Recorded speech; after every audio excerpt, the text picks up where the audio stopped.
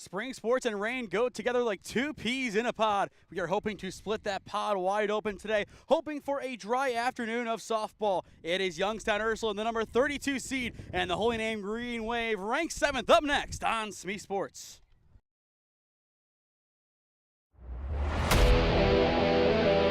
Yeah, thank you. I just want to say first, all glory to God. Without him, I am nothing. Power the shove, Neighbor Nation, we will see you on Saturday afternoon. Riley Meister gets the point. Back into left field, say goodnight to that baseball. And there's another one, it's back to back jacks for KSU Tuscarawas. Needs a point, and it's alive, hits and pushes it over, unbelievable. We play on, it's blocked, we're tied, unbelievable. Welcome to St. John Bosco, a beautiful parish hosted in Parma Heights, Ohio, but also the location of Holy Name softball as today. They welcome in the number 32 seed Youngstown Ursuline for a district semi-final clash in Division III. Hello, everybody. He's Cam Ragazzo. I am Nathan Smee on the call for you live on the SmeeSports YouTube channel this evening. Overcast weather right now sets the stage for this district semi. What are your thoughts heading in, Cam, as you have two teams looking for a big win? Ursuline, however, they have a little bit more wind in their sails as they got a big upset win in 5 innings, no less. Speaking of wind, yeah, it's definitely going to be, like we were talking about earlier, overcast day, lots of wind, a little bit of rain in the forecast. Probably looking to start this contest a little bit early, so hopefully that we get it all in. But, yeah, it should be a good battle between two pretty good teams. Like you said, Ursuline coming off that high win and Holy Name looking to keep their strong season going. As the number 32 seed, they were never going to have a round one home playoff game. However, they did have a round one game on the road at Madison. Holy Name fans, if that team sounds familiar, that is the team that beat the Green Wave 24-7 earlier on this year in the OHSAA football season. However, a 12 versus 32 seed, it did not matter. It was the Fighting Irish winning in 5 innings, 12-2. Really impressive from them. And talking to a lot of people with Holy Name, they do fear this team, as if you hear Ursuline, especially in OHSAA circles, you are going to think of a very tough outfit and a very good team from all the way out in Youngstown. Yeah, obviously we talked about a couple of sports, talked about football, but you're right. Whenever you hear Youngstown Ursuline, you're always thinking, wow, this team is going to be pretty darn tough, and no exception for this softball team here. Looking at Holy Name, they have been tremendous this year, as expected. You look at their record. Max Preps lists them at 18-4, but talking to Coach Scheiben, they are 19-4 on the year. For those who have been following this program for a number of years now, you know their best ever season in program history a few years ago where they made it to the regional semis. 20-5 was their record. They are very close to that again. With a win today, they take on Talmadge in the district finals, then most likely Boardman, and then in a potential regional final, it's either a team that we've already seen on the channel this year in the Louisville Leopards or a team that they saw in the district finals 2 years ago in Revere. Yeah, I'm very familiar with the school of Revere. They're very familiar with the softball team of Revere. Played Revere twice in both soccer and baseball. One went better than expected. I believe one game was a victory in round one of the OHSAA playoffs. The other one was a demolition that was called early due to a score in round 2 of the soccer playoffs, one of which also was a team that had won in the playoffs every year since 2017, and the other one had won the state title the year prior, and I believe later on that year. I think so. Revere Soccer did a pretty bad number on us, and they did end up winning the state title. But we beat Revere baseball, so that's what I was happy about. And speaking of baseball, their shortstop, Andon Bender, a recent commit to the University of Akron after next season. And Coach Cottrell over there, he earned his 156th career win as the head coach of Revere, which is a program record, and as well a little bit of a nugget, if you will, on him. A Hall of Famer over at Mount Union, I believe a 4-year starter for Coach Hesse. Very, very nice. Even though it's Mount Union, still very, very nice, and congratulations to him. And I believe after this weekend's contest, we now have no more OAC teams left in either of the playoffs. The only ones that we do have left would be in track and field. I believe the number I was told for Mount Union is 9, including Youngstown. You might understand or at least know of this player, Logan Butcher, the former kicker of South Range out in Canfield. I think BW also has a couple of track and field members a part of that. But, I mean, when you're in regards to other sports, baseball and softball, I think, like you said, all OAC teams are out.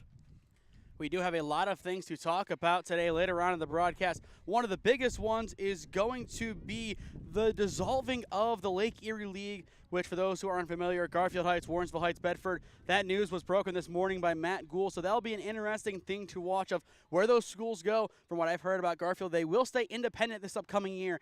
And what that means for some big tournaments like the Chet Mason and the NEO Youth Elite Christmas Classic, where you can't have conference games in there, all of a sudden, the big games in there, i.e. Garfield and Bedford and brother versus brother, they're no longer non-conference, or they're now non-conference games. Yeah, definitely going to be different, and we're going to obviously try and keep as updated on that as possible. Kind of really weird news to wake up to. I mean, you're talking about that big conference, and then all of a sudden you're like, oh, it's actually no more. They've had some teams depart over the past couple of years. Lorraine said their goodbyes at the end of this year. A few years back, it was the likes of Shaker Heights and Cleveland Heights departing for greener pastures in the greater Cleveland Conference. Going back to this game, Kim, I think now is a good time to give the viewers at home starting lineups. First for the Green Wave, it will be Mahalik batting first, followed by Stevens, Blinky, Garlow, Vavro, Posa, Seuss, Orzak, and in the 9th spot, it is Emily Majoris. As for Ursuline, Davies on the mound will be batting first, followed by Jones, Burton, Kulianos, Camuso, Starry, Smith, Mylove, O'Hara in the 9, as she is the designated player in the 10 spot, or as a flex to the 9, if you will. It is going to be the left fielder, Addison Wendt. That is a big difference between softball and baseball at the high school level. The designated player will hit, but at the same time, you can sub them out, no penalty. They can re-enter the game at any moment. Yeah, definitely very different. I mean, when I started doing OAC broadcasts for softball this year for BW, it definitely had to adjust that a little bit. But I think it's an interesting aspect of the game. And looking defensively for the Green Wave, as we will see them in a few moments, it is Vavro on the mound. Reagan has had a tremendous career as a Holy Name Green Wave player, and she expects another good performance in the playoffs tonight. Completing the battery, it is Ava Posa. At first, it is Allie Orzak. Second, Kylie Blinky. Shortstop, it is a real breakout star of the softball team, Bailey Garlow. We will talk about her later on, as she has been really elite this year. I told you before the game, Cam, the Nick Nemeth equivalent for softball. Over at the hot corner, it is Aubrey Stevens. From left to right in the outfield, it is Emily Majoris, Maura Mahalik, and Anna Seuss, the lone senior on this team. Anna has done a tremendous job stepping up with a few big absences, the main one being Victoria Scheiben, who has been battling a foot injury all year. In that absence, Anna, a usual base runner and designated player, took that call to heart, and she has been really tremendous today, and I would expect her to add a few more stolen bags onto her tally tonight. Yeah, I mean, it's always really about that next woman up mentality, and she really took account for it, especially in this senior year for her, and really stepping up big for the Green Wave. As for Ursuline, their star player at the hot corner, Katie Kulianos, she is committed to Otterbein for next year, so she will be joining an already star-studded OAC cast. That could potentially put the Cards back in the Final Four and an OAC tournament berth next May. Not before BW has to say anything about it. But there's a lot of talent now going to the OAC, and a nice thing with Ursuline, you look at their home field, they're at YSU. That you really cannot get any better than that for a home field. Yeah, I mean, just an elite place to play. I would love to play out there. Well, for Ursuline fans hoping for a big, famous win tonight, I have seen you guys once this year. 2 won the final in soccer, and it was a quote-unquote walk-off win. It was a free kick that went in as time expired over at Marlington High School back in September. So they're 1-0 on the channel in history. Holy Name, a lot more games played overall throughout all sports, but still, you can never doubt a team like Ursuline, Cam. The moment you start to doubt them, that's the moment they get a big lead on you early on. A big example of this, the sectional final of a few seasons ago. Holy Name trailed big to Norton early on, but by the end they were able to gather themselves. Victoria Scheiben came in and nailed down the pitching after Reagan had a tough outing, and the Namers advanced, as we know, to the regional semi where Buffalo pitcher Melina Toth shut them down, and the Canfield Cardinals advanced with relative ease. Yeah, definitely a heartbreaker in that loss. But, I mean, just like you said, going back to that resilience, able to rough start, but able to overcome it and really weather the storm and then able to come out with the W. But, I mean, both these teams going to have to play with resilience today. If you get down early, you can't think about it. You got to play all 7 innings, and you got to play hard for those 7 innings. The run rule, unlike NCAA playoffs, will be in effect if we do see it, which would be 10 after 5. The big one recently for the Namers outside of Lakeside was putting up a 10 spot, I believe, on a very talented Padua Franciscan side a few weeks ago.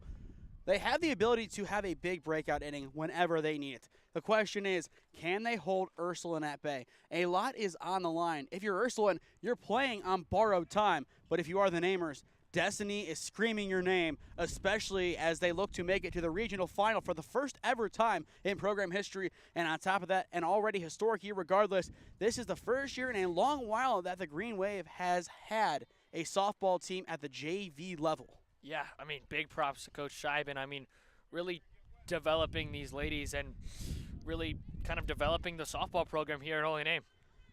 It'll be Emma Davies, the starting pitcher for Ursuline, stepping into the batter's box to get us underway. This could be a big spot for her to help her offense before she goes out on defense in a big way. The time here at St. John Bosco is 4:56, and we are underway with a first pitch ball from Reagan Vavro. Looking at Vavro on the mound this year, 3.76 ERA, 12-3 record, 18 appearances, just under 92 innings pitched, 63 hits allowed, 68 runs, 49 of which were earned, 57 walks, but the big one, Cam, 130 punch-outs. She has been tremendous in the circle this year. She's going to need some of those today to really help out Holy Name. And that is her first strike of the contest, now even 1-1. But Reagan Vavro has had a tremendous career as a Namer, part of, as Mr. Palcisco dubbed them back a while ago, the Fab Five freshman of the 2022-23 season. And he was not wrong by any means, just the way that they have blossomed as a group. Absolutely not. I mean, playing together and being able to grow together over these years has really helped them and their team chemistry. Swing and a miss. One batter faced, and it's punch out 131 on the year for Reagan Vavro. One down. And we will watch that one back, just perfectly placed by Reagan.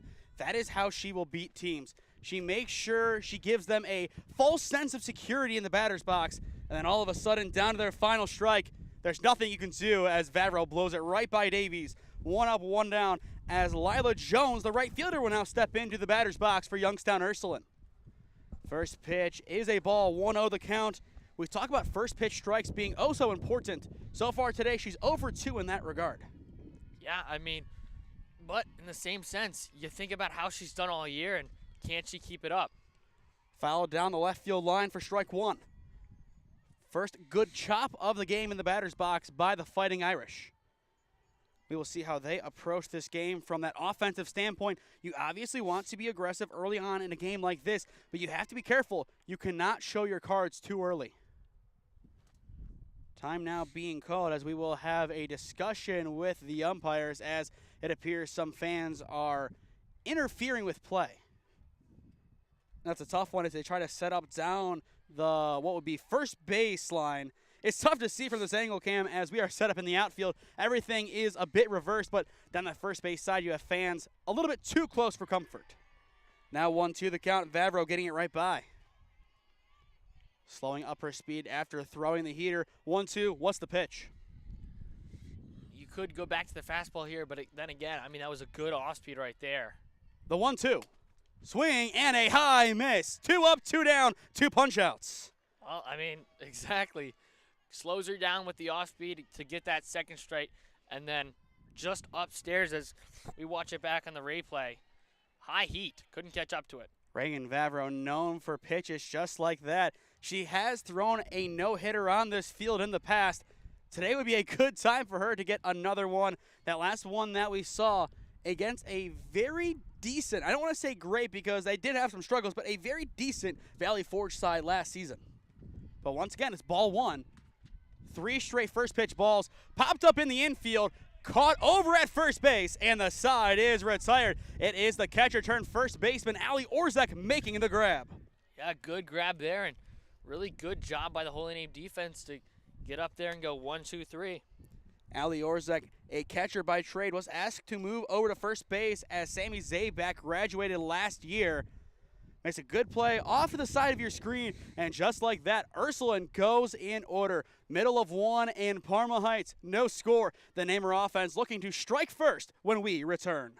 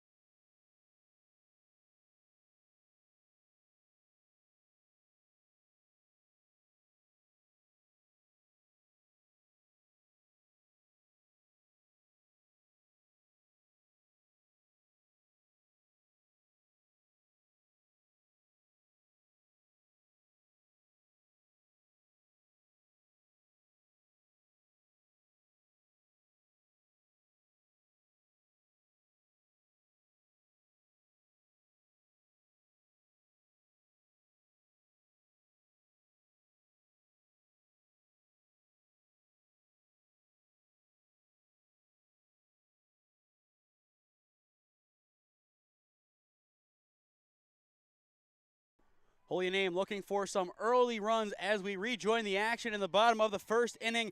Mahalik, Stevens, and Blinky set to swing in this frame. Cam, your thoughts on the Namer defense in the top of the first inning as they were pretty much, well, not pretty much, they were perfect. I mean, really good job for starters by Reagan Vavro, and then Orzek just being able to help the team out with that early catch. First pitch is taken by Mahalik upstairs for ball one. The one positive about being in the outfield and given our vantage point, Cam, we could see where the ball misses up or low. Absolutely, instead of being up above it back at Tri-C. The 1-0. Thought about it, holds off, and that is strike one called. Amar Mahalik, a very talented batter for this Green Wave side. She has been tremendous for the 2 years that she's been on this varsity team, batting .353 this campaign, with a total as well of 24 hits. And a big reason why she has 24 hits is because of her plate discipline. You see it on display there as she takes the 1-1, now 2-1 the count. Yeah, good hitters count, and looking for something that she could possibly drive, maybe the other way. Davies sets and swings. Swing and a miss in the box from Mahalik. We are even 2 balls, 2 strikes. Just a good idea there by Davies. I believe she elevated that fastball a little bit. She got Mahalik to swing. Even count, anybody's game. 2 balls, 2 strikes. The Namers looking to have their leadoff man reach. Popped left side and out of play foul. A lot of foul balls on a field like this, and a lot of which are thrown back into nature, if you will. Very, very true. Kind of tough to see, but over towards that right side, just all nature, I guess, if that's what you want to put it. The 2-2 again. A good pop once again down the left field line and into the shrubbery that you mentioned moments ago. From being back there for a number of years doing broadcasts for Holy Name Broadcasting at this field, a lot of balls get lost in the trees. It just happens at a field like this, but still, it's a nice wilderness experience, if you will, for softball. I'm a big fan of this field and its location. The 2-2 again, taken upstairs. And we will be full.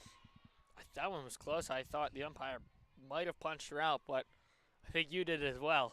I thought so too. We have seen a few delayed decisions, but I like that take. It's an aggressive take from Mahalik in the box. Here comes the payoff pitch from Davies. Ground ball up the middle. Now it's over towards third. The play to 1 is in time. 1 up, 1 down. That's exactly the defensive start that Youngstown Ursuline wanted to have in this game. They want to get the leadoff man retired, and that will help them set the tempo for the rest of this game. But first, the rest of this inning.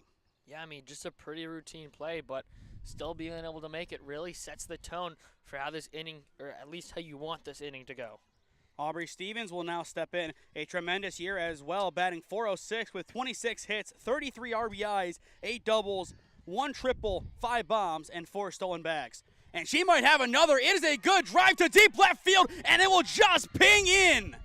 It will be a long single, a very good swing. It's an RBI single, and the Namers are on the board. Wow.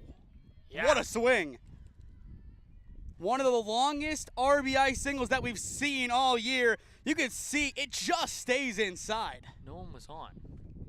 Oh, excuse me, not an RBI single. I thought somebody was. I swear that Mahalik got on. I was confused for a second. I was confused as why you're saying RBI single. Either way, with 1 down, now somebody's on. Apologies.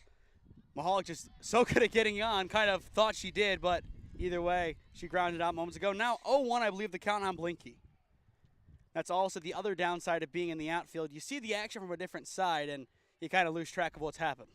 Yeah, but I mean, just going back to that, barely off like the middle of the fence there, almost got out, and that would have been an RBI, but unfortunately, the answer is no. We do have a pretty short fence here at St. John Bosco. But the issue with the temporary fence, if it kind of hooks off of it, it's going to launch right back in. And that's kind of what it did there. Luckily for the Namers, it died, but just a very long single. This time, it's a more straightforward line drive single. Stevens will take the turn. She will go to 3. She is in there. A good bit of hitting by Blinky in the box. Put 2 in scoring position with 1 down. Yeah, good piece of hitting as you can see it kind of came over here to right field. Just a nice, simple pop. Stevens, she took the turn on the throw. That is where Blinky advances to second base. It will be scored a single, but now with Bailey Garlow, the star hitter for the Namers, stepping in the box, you could bring in a couple of runs at least here. This is a very good spot for the Namers to be early on. Garlow swings and misses down low for strike one. But she does post the best average on the team for qualified hitters. 458 average, 8 home runs. That is her main category of dominance. Yeah, and I mean, if they're able to get another one here, we'd put them up with a nice early lead. But just a good RBI single would probably score 2. Runners at second and third, 1 down. Now time has been called on the 1-1 count. We'll see what the Namers want to do here. If this was really anybody else, I think you would see the bunt on. But right now, giving Garlow's power, you let her swing away for as long as she can. The 1-1, well upstairs for ball 2.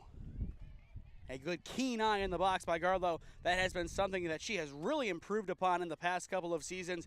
Going back to her freshman year when she played at second base, a lot of struggles offensively, but it was really that summer that she found her swing, and she has been on point ever since. Davies sets the 2-1 off the plate for ball 3. If Garlow gets on, the bases will load for the Namers starting pitcher, Reagan Vavro. Another good take there. I mean, just off the outside corner, but good eye there from Garlow, and really looking to get a pitch she can drive here. After swinging and missing at the first offering, it's 3 straight balls. Now it is full as that will hit off of some kind of structure off to our left, her right.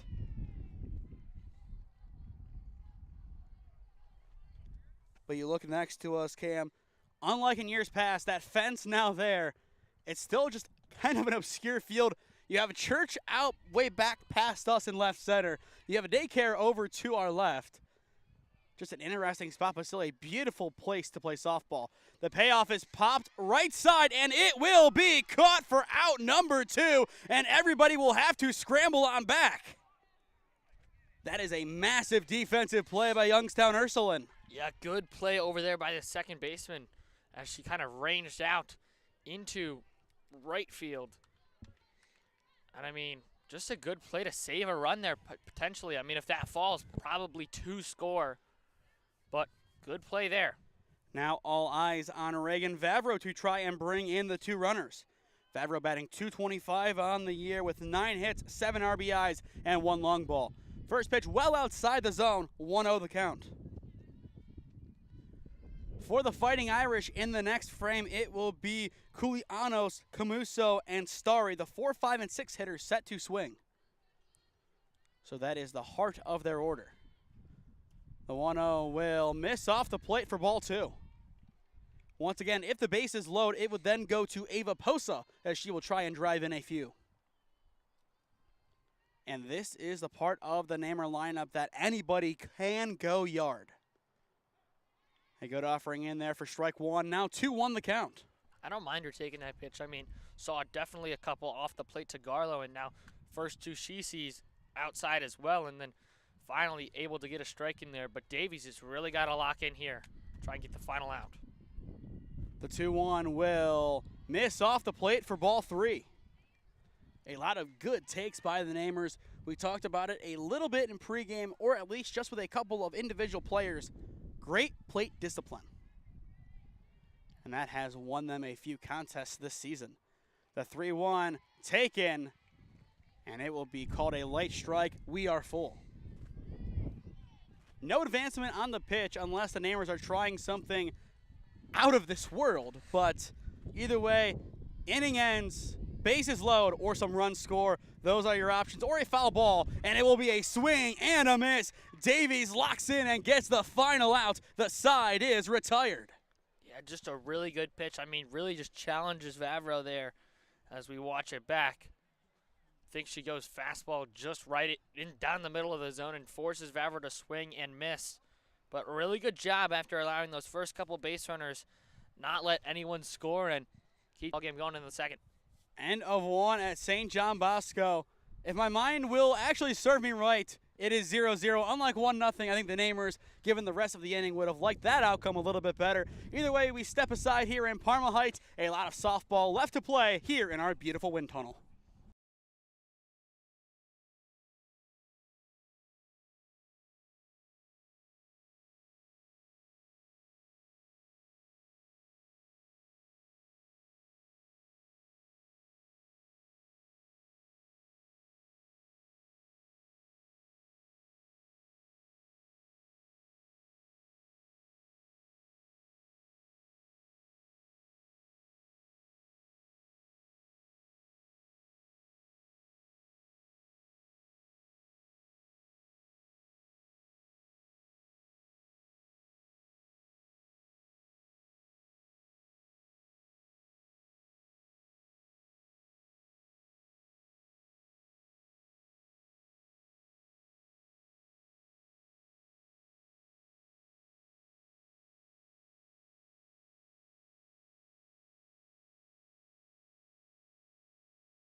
Welcome back to St. John Bosco as the first pitch of the second inning is chopped foul down the left field line, 0-1 the count.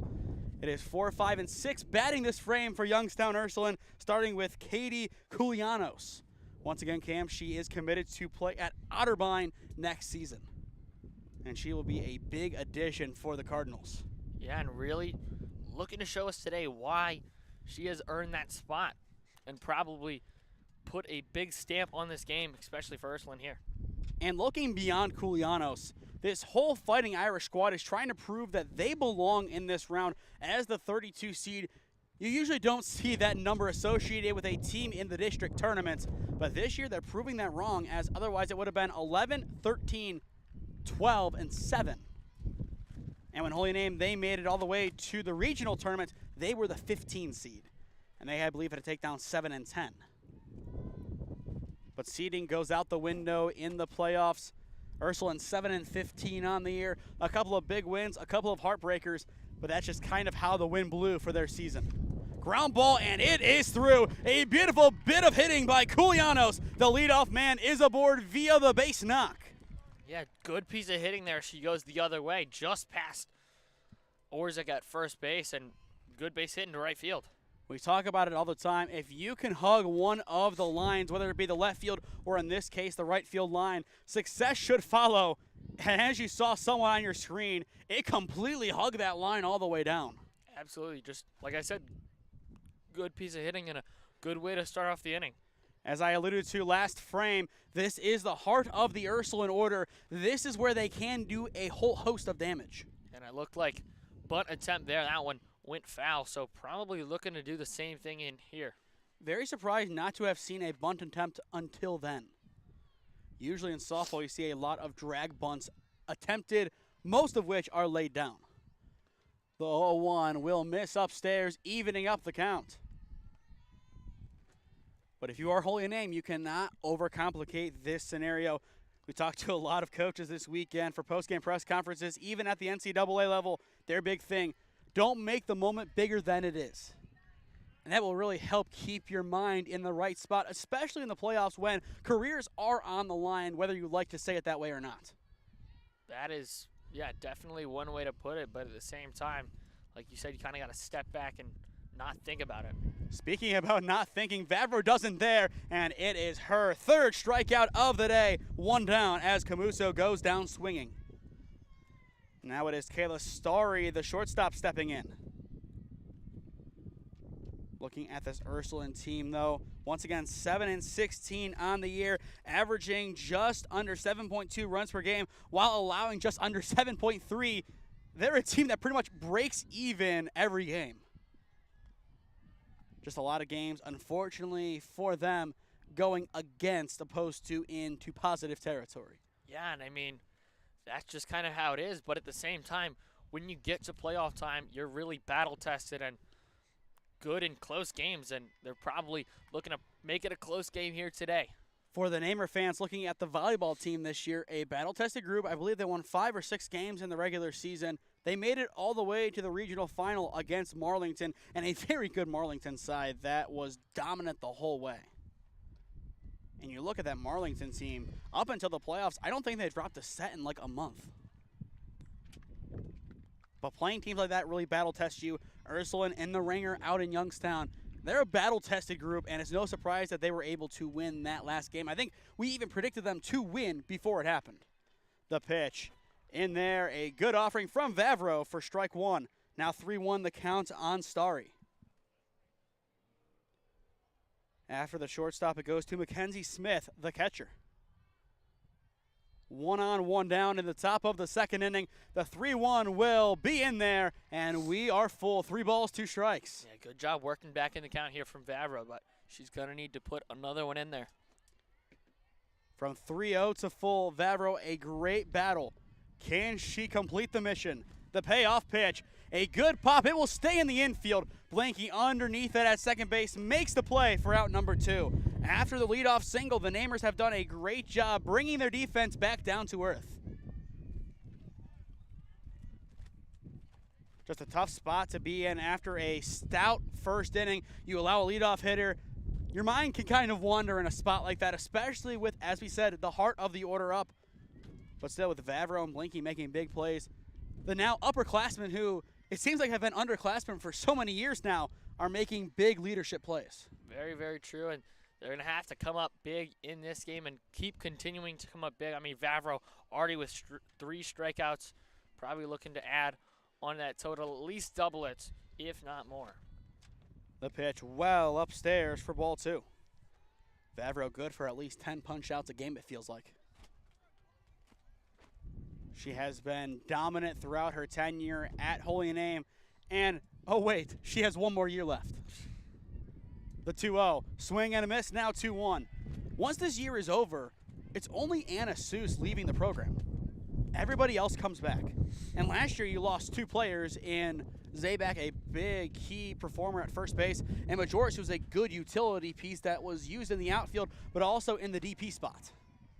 So over the past 2 seasons, when it's all said and done, after your best ever program history season, you lose 3 players.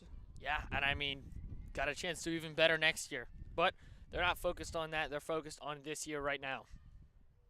And it is going to be upstairs, and now we should be full. It looked like she thought there was 1 extra ball tacked on. There it is now. 3 balls, 2 strikes. And unlike last time, the runner will be moving on the delivery. Here is the payoff pitch. It is popped into center field. It is a 2-out base hit for Smith. Second base hit of the inning puts a runner in scoring position for the first time today for the Fighting Irish. Yeah, good piece of hitting there, especially with the runner in motion. She's unable to move up to third, but I mean, still, good piece of hitting, being able to go station to station. And no surprise, Smith will have a courtesy runner. And I believe that will be number 1, Opalik. 2 on, 2 down, and Isis Mylov, the second baseman, will step into the batter's box. A big spot for the lefty to do some damage for the Fighting Irish. A base knock most likely scores a run. She shows bunt and pulls it back in time for ball 1.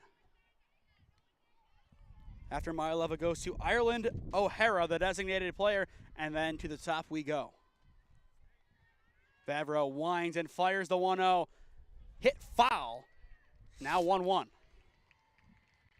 I like the idea of the drag bunt here. With 2 down, you usually see it a lot more in softball than baseball, as it's still kind of a normal swing in a lot smaller of a venue as well. That helps it. If executed right, it can definitely work out very well for a team. Swing and a miss, now 1-2. And as well, you see that kind of a lunging approach too more in the game of softball. Yeah, she went with kind of the slapper approach there. Unable to get it there as she swung right through it. Vavro only 1 pitch away from getting out of this inning. And it would be a big one to find. 1 ball, 2 strikes, the pitch. Down low, evening up the count. 2-2, still a good spot to be, but the Namers do not want to load the bases in the top of the second inning. Their offense will definitely need to get to work in the home half of the frame, especially given this pressure from Ursuline. Here comes the 2-2 from Vavro.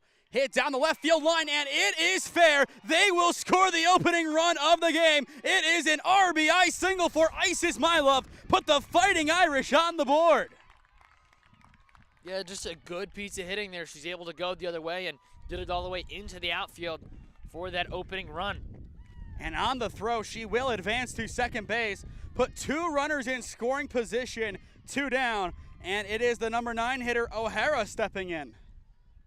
Going back to that leadoff at-bat for Culianos, how important is that right now? Very, very important. I mean, she was the one that scored, and definitely super important, and they're still looking to tack on more runs here. And ball 1 will be taken in the batter's box by O'Hara. Ursuline in striking distance still, this time 2 runs opposed to 1. The pitch misses down low. It's 2 balls to begin the at-bat. This could potentially load up the bases for the top of the order. If you are Emma Davies in the on-deck circle, you must be loving this as your offense is helping your outing on the mound become that much easier. The 2-0's off the plate, the back pick not in time from Posa. 3 unanswered balls from Vavro. A very tough spot for the Namers to be in. They came so close in the first inning to scoring. Their defense tremendous there.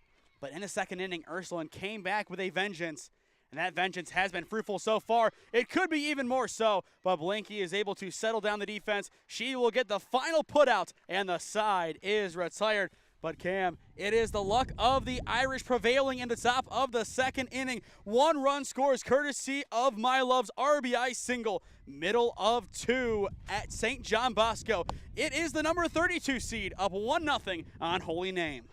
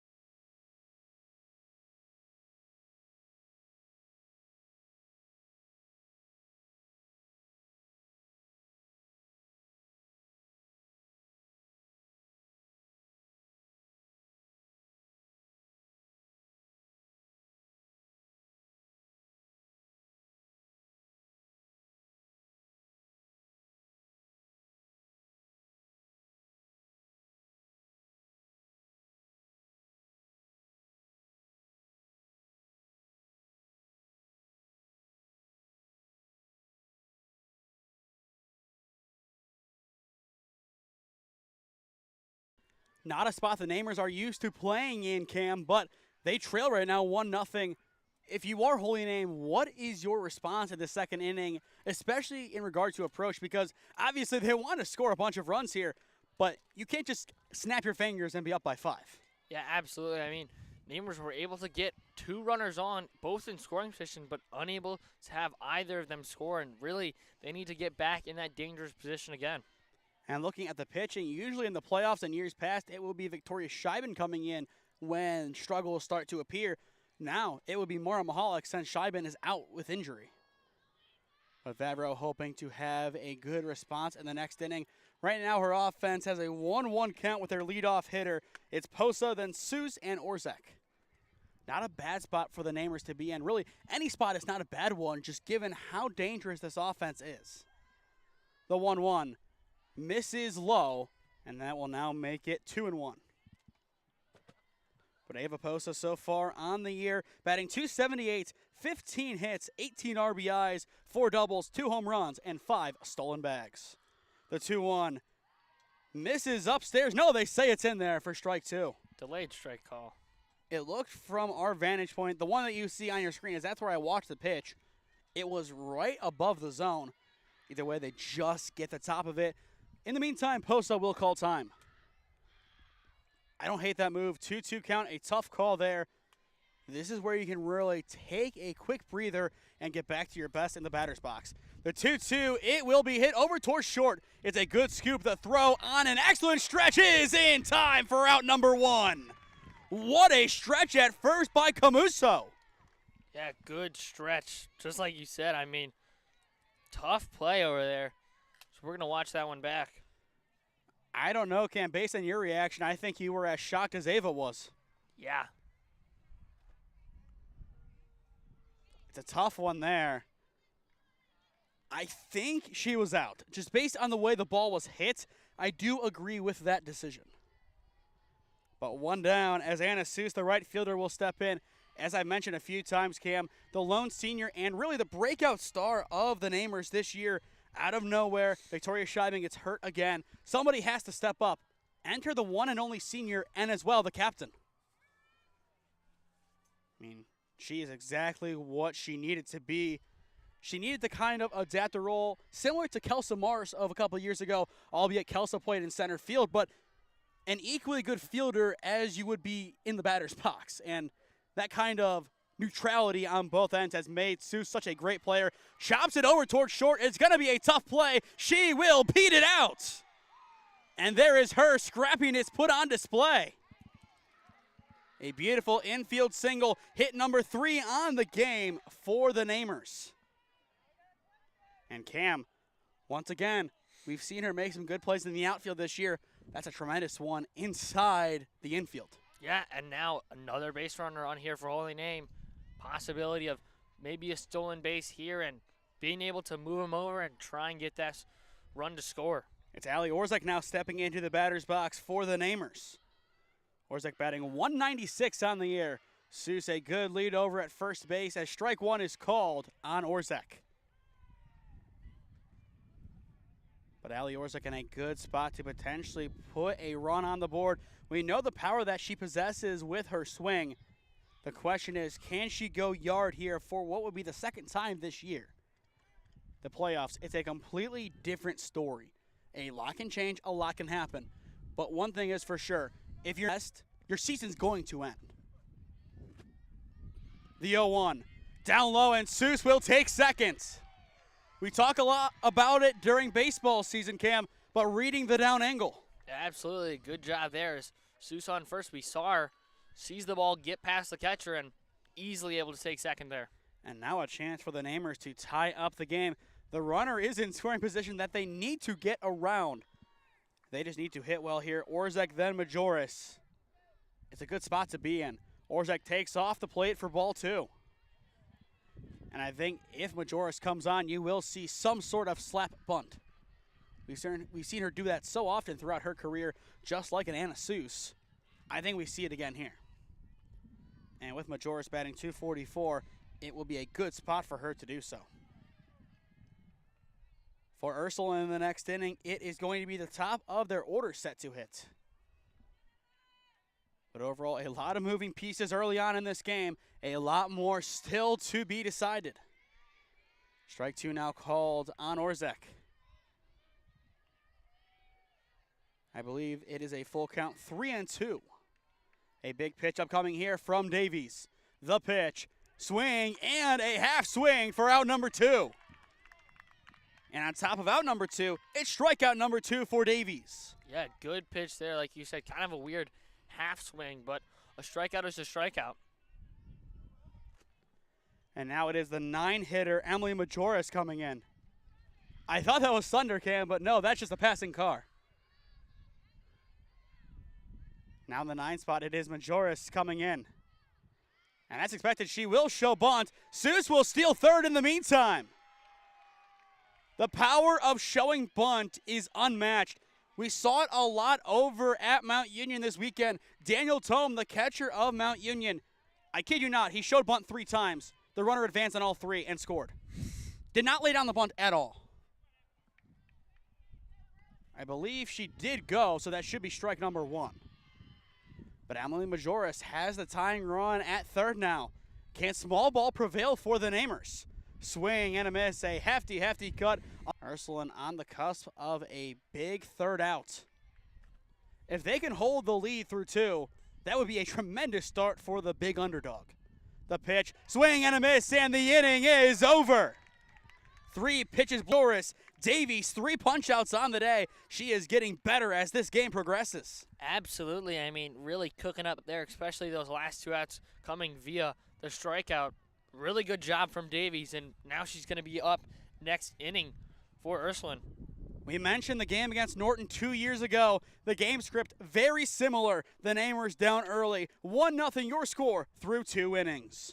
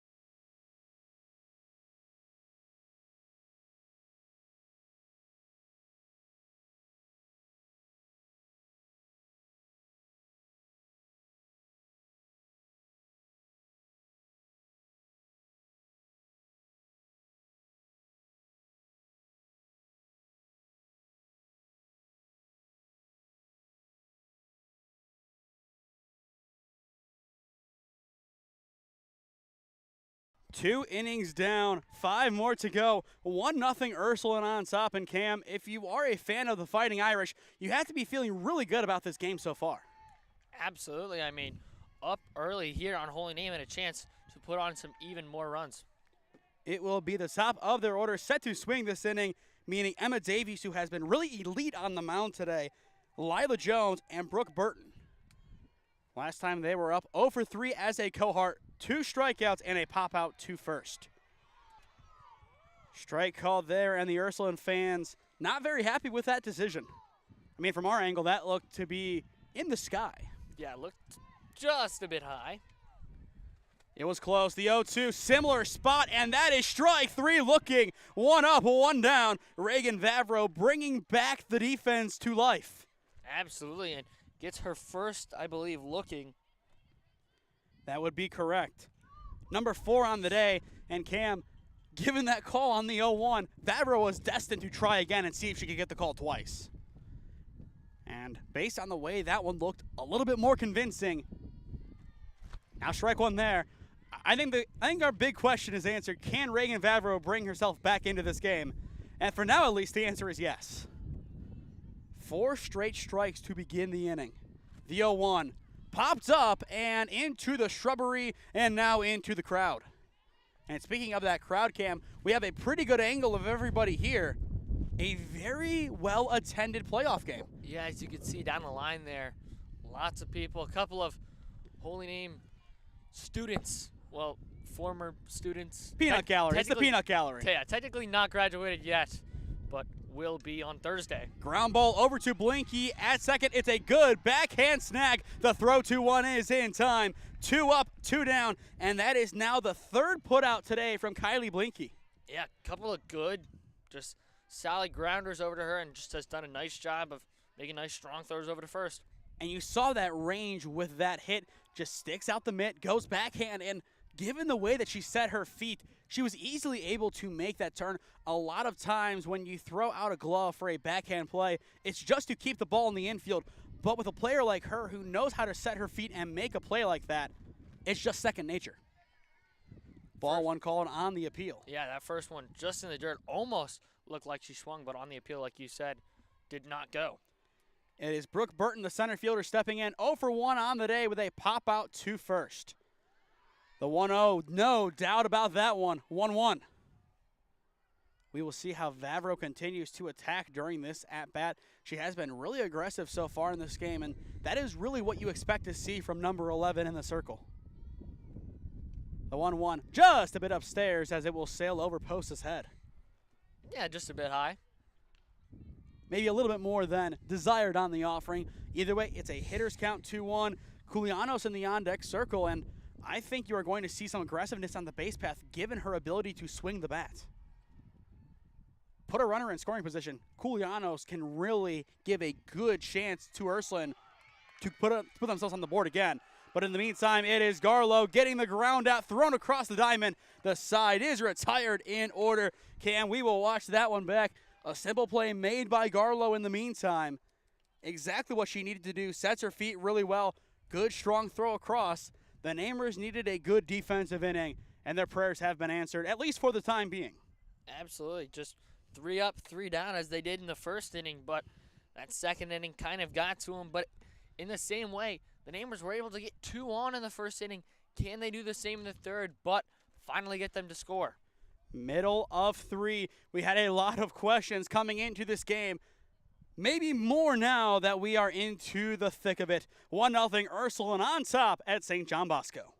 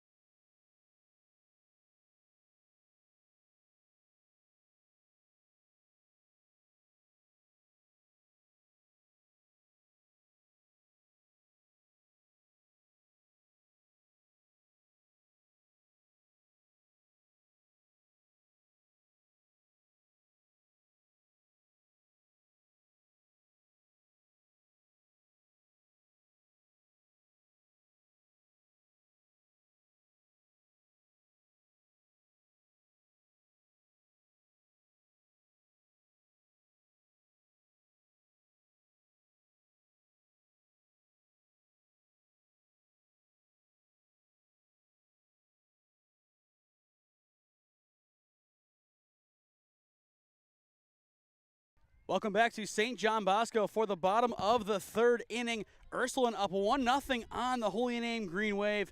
You look at this game so far, Cam, pretty even in regard to play, but Ursuline doing just a little bit more offensively than the Namers. Yeah, I mean, just being able to really scratch that one run across. Both teams have had runners in scoring position, but Holy Name has yet to be able to come up with anything today. It is going to be the top of the Namer order hitting this inning, just like it was for Ursuline. Both sides on pace to kind of follow after each other in regard to a number of hitters. And that's kind of where you want to be if you are Ursuline. Given your offensive start, if you can kind of have the Namers match your offense in regard to total batters, that puts you in a very good spot to win this game.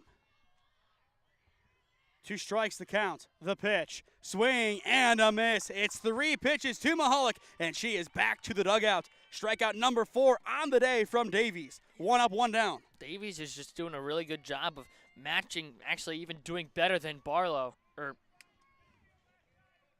Vavro. My bad.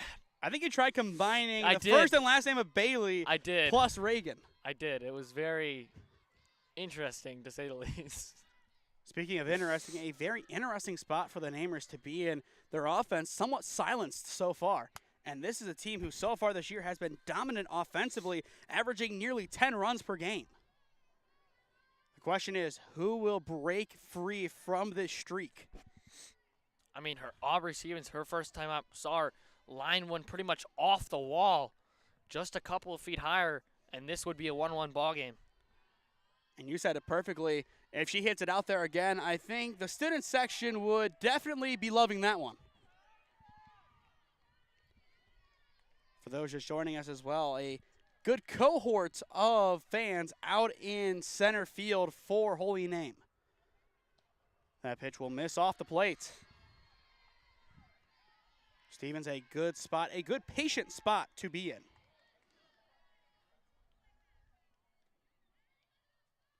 But 2-1 the count. A chance for the Namers to improve their case to win this game.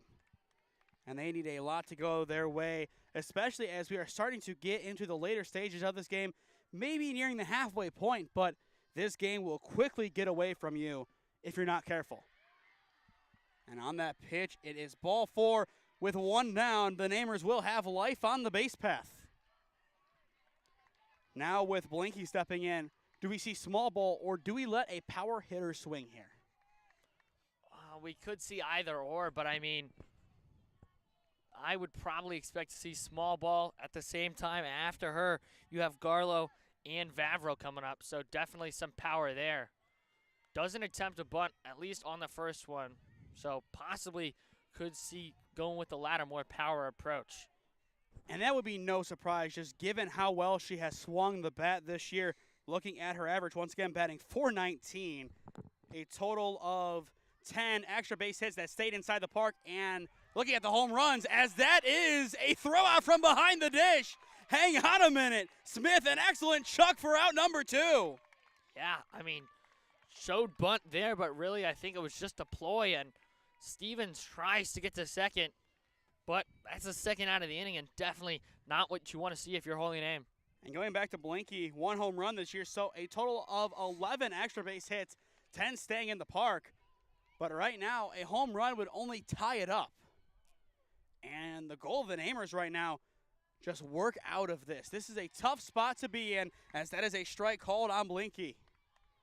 I'll tell you what, the Ursuline fans that have traveled out here, they are making it tough for the Namers. They are bringing the 10th man with them from Youngstown.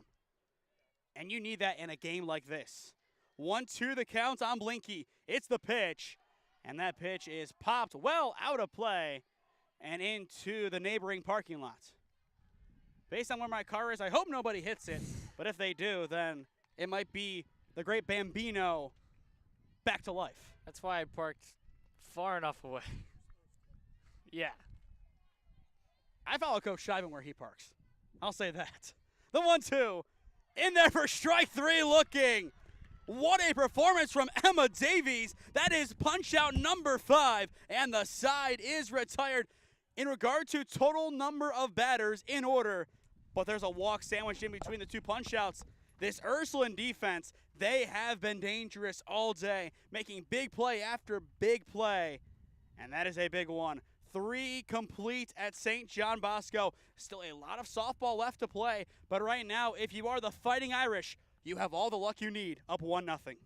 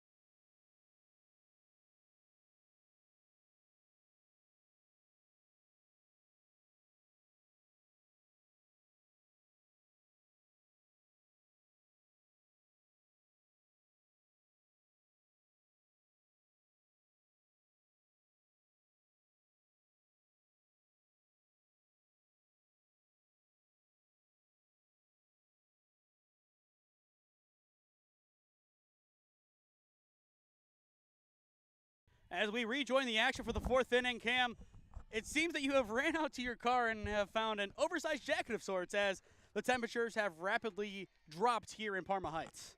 Well, luckily this is in my trunk. I think it's my dad's, but it'll work. But a chilly afternoon, still overcast. The rain expected to hold off for hopefully the next hour. But just looking at the skies, I don't know what we will see. That pitch chopped down the left field line, foul, now 0-2. We also do apologize for the audio issues from a little bit ago. A few settings on the soundboard were touched in the wrong way. It kind of just moved things out of sorts. On our end, it looked lower as we were messing with decibel ranges. But on the soundboard, if it's clipping overall. So that explains the slight skips that we had. We should be good audio-wise for the remainder of this contest. Hopefully.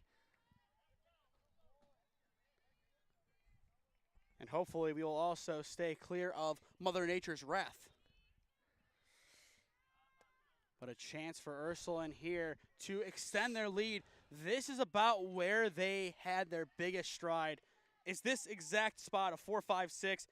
It was the 8th spot, though, with My Love that made the biggest impact with that big hit, putting Ursuline on the board, the one and only run of the game. But this is the heart of the order, Cam, and this is where they do the majority of their damage, at least starting it. The pitch. Upstairs, a good take. Yeah, good take there. I mean, really, they really need to get a couple of runners on here and try and extend their lead. 2 balls, 2 strikes. Vavro sets. Now the pitch. Ground ball chopped to the left side weakly. It's a tough play to make. The throw is there in time, but I think it was waved off before the throw. And that benefits Youngstown Ursuline. Either way, a great charge by Stevens over at third base. A very tough play to make. She made it. Unfortunately for her and the Namers, it won't matter. It's a play that basically doesn't exist. A very long at-bat for Culianos, the number 4 hitter for Ursuline. So far on the day, 1 for 1. The pitch from Vavro. It is in there for strike 3 looking. It's a big out number 1 from Reagan in the circle. Very, very good pitching there and able to get her strikeout total to 5 on the day. Another one looking. And that matches Davies.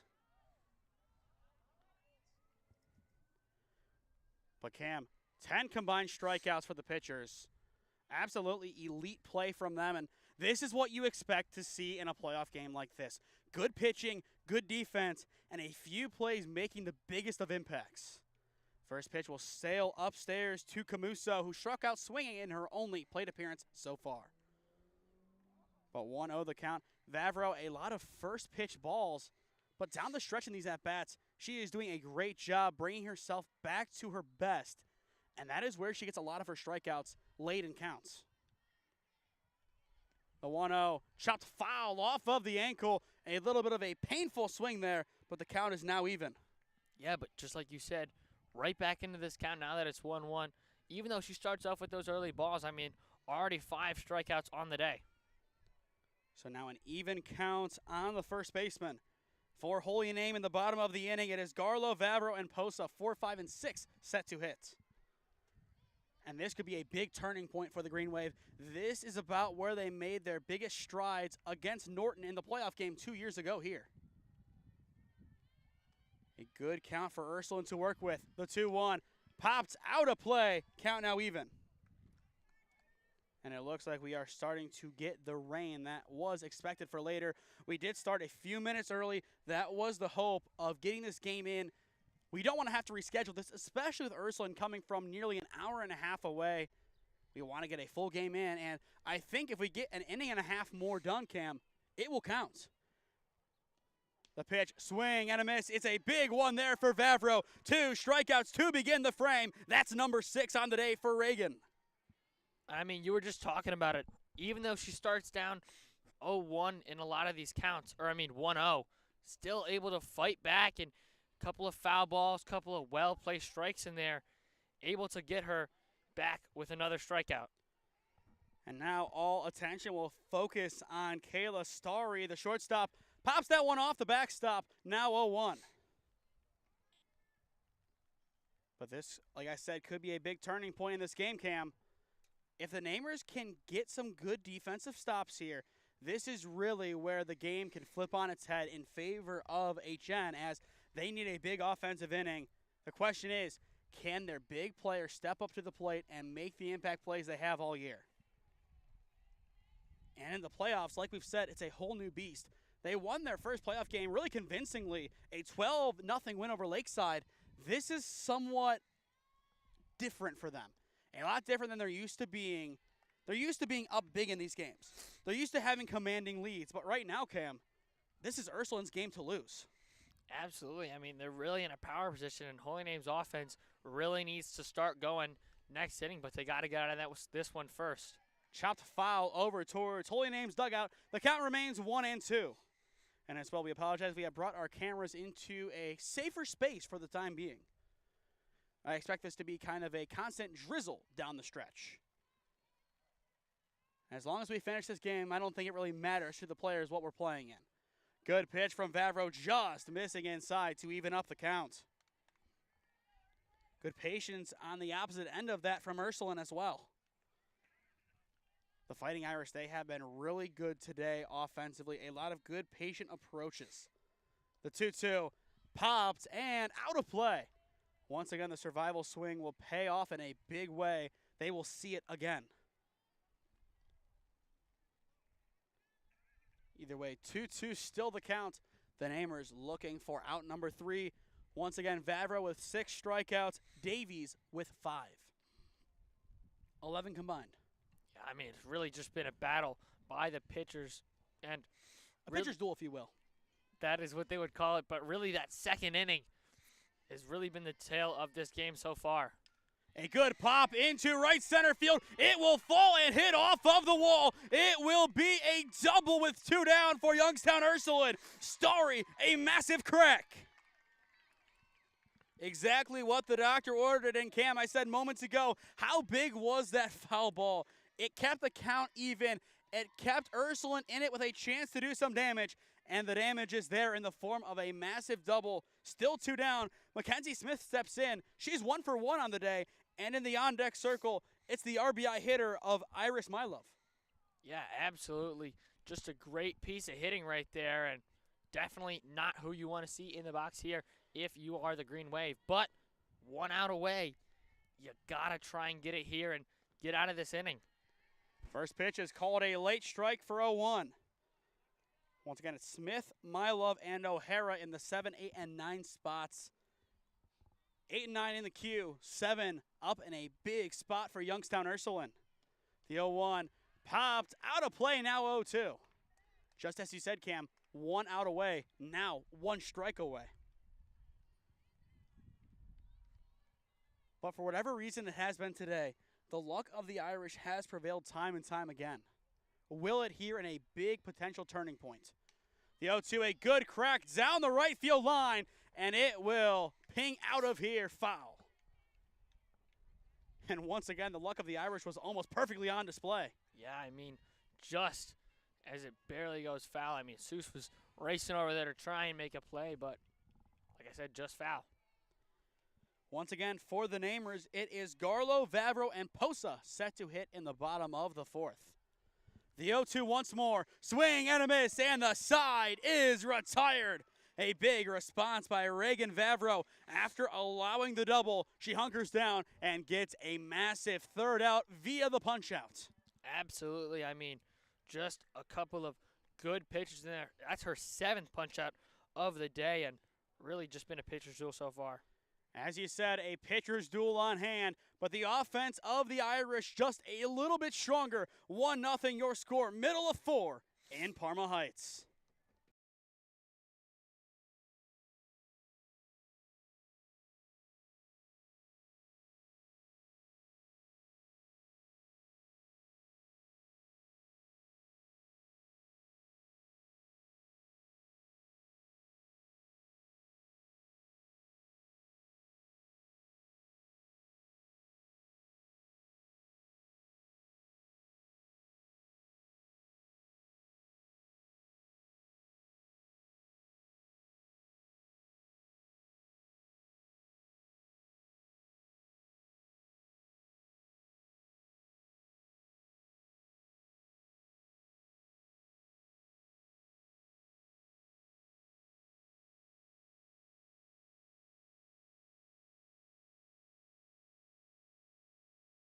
Well, Cam, we do have an interesting discussion to have here as we enter the bottom of the 4th inning.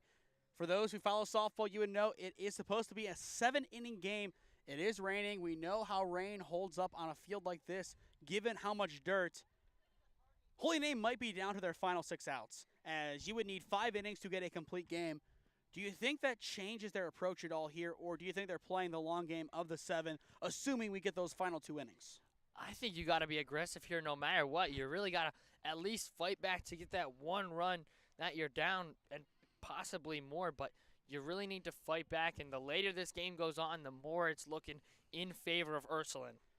Once again, going back to that game against Norton, this was the big turning point for the Namers.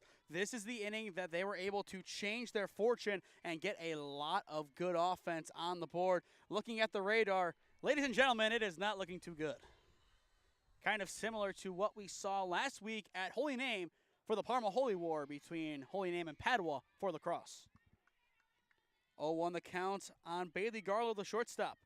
But as we've seen time and time again from her this season, all it takes is 1 wrong pitch, and she is going to trot around the bases. And that is not the pitch. Count even. A one hop into the glove of the catcher Smith. Outside of that, Davies has been elite today. I mean, 5 strikeouts, no earned runs, a total of 3 hits, one of which was an infield hit that was barely legged out. She has been tremendous. Hard hit ball to short, a good snag. The throw is past. Garlow will reach on the E6. All it might take for the Namers to get back into this game is to steal the luck of the Irish from Ursuline. Yeah, just an unfortunate play there, unfortunate error in E6, and Garlow able to reach first because of it as we watch that one back. Throw just a little bit in there too low. And it was great hustle. That's why you don't give up on the play. Now it is Reagan Vavra, the pitcher, stepping in. Nobody out, 1 on in the bottom of the 4th inning. Runner will fake. Garlow back in easily at 1 as ball 1 is taken by Reagan. She faked me out. But that's why you could be aggressive on the base path and not move. You try and bait a throw, take an extra base. If you can execute it well, which I know this Holy Name team can, it could really do a number on the defense. The 1-0. This time she fakes again. She will stand in there, and she is making Smith earn her keep behind the dish. Absolutely. She's kind of doing a little dance as she's trying to figure out whether to go between first or right back to the pitcher. 2-0 the count after Vavra just kind of stands in there. Not a bad spot for her to be in. Garlow gets even more this time. She's going to stand in no man's land and will dive back in. Right now, if you are the catcher, Smith, you're going to have to walk her back every single time, and you have to be okay with that. Yeah, pretty much until she has the chance to possibly take second. We could see it here on this pitch, or she could just be making the catcher think about it. One of 3 players on this team with double-digit steals. She has 10. This time she will officially break, and of course, for her sake, that's the foul one. Absolutely. That's exactly how it would happen, and that's how it happens here. Even count now on Vavro. Nobody out. Leadoff man aboard on the E6 for Holy Name. We've talked about this inning as a big potential turning point. This is where the game can flip on its head easily. The 2-2 from Davies. Bailey, she will go, and she is in there. Stolen bag, number 11 on the year. Yeah, good steal there. Oh, and she's going to head to third on the missed throw. And that is big. Errors compounded. The tying run 60 feet away. We have the replay running for the steal. Bailey Garlow does not work on our clock cam, and you could tell. Absolutely. I mean, the ball just gets away there from Smith, and then as I think it was either the second baseman or shortstop threw it back to the pitcher, just skimped away, and Garlow able to recognize that and move all the way up to third. Now the tying run only on third, and it looks like they're probably going to bring the infield in here. It's a big pitch upcoming. Fouled away. Reagan Vavro going to survive for another swing. After a clean game, 2 errors compound, and all of a sudden, Holy Name in striking distance. Can Reagan Vavro tie the game? Swing and a miss. No, she can't. Davies hunkers down. It's out number 1 and punch out number 6. A big out there, but she's not out of the woods yet. I mean, Holy Name still 2 good chances to tie this game up. Davies has got to be on her A game. And it's Ava Posa, the transfer from Buckeye from a few seasons ago. A big chance for her to tie up the game. All you have to do is put the ball in play on the ground. She will try to bunt, and it is a loose ball, and we are tied! It just got past Posa's bunt. It is bobbled, and we are now tied up at 1 out of nowhere. Wow, I mean, at first I thought she hit it foul, but I guess we're going to watch it back here. No, I think Smith just dropped it, and Garlow just recognized, and then Smith couldn't pick it up in time, and Garlow in there safely. Now we have a tie game. The errors compounded, and that's the result. Honors even in the bottom of the 4th inning. A whole lot of softball left to play. Regardless of the outcome, Ursuline not playing at all like a 32 seed.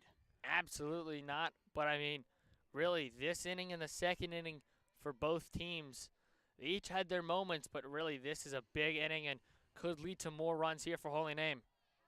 The pitch is in for strike one to Posa. But all it took, like we've been saying, Cam, one error, the rest followed, and here we are. Is this where you thought we'd be, or is this how you thought that run would score?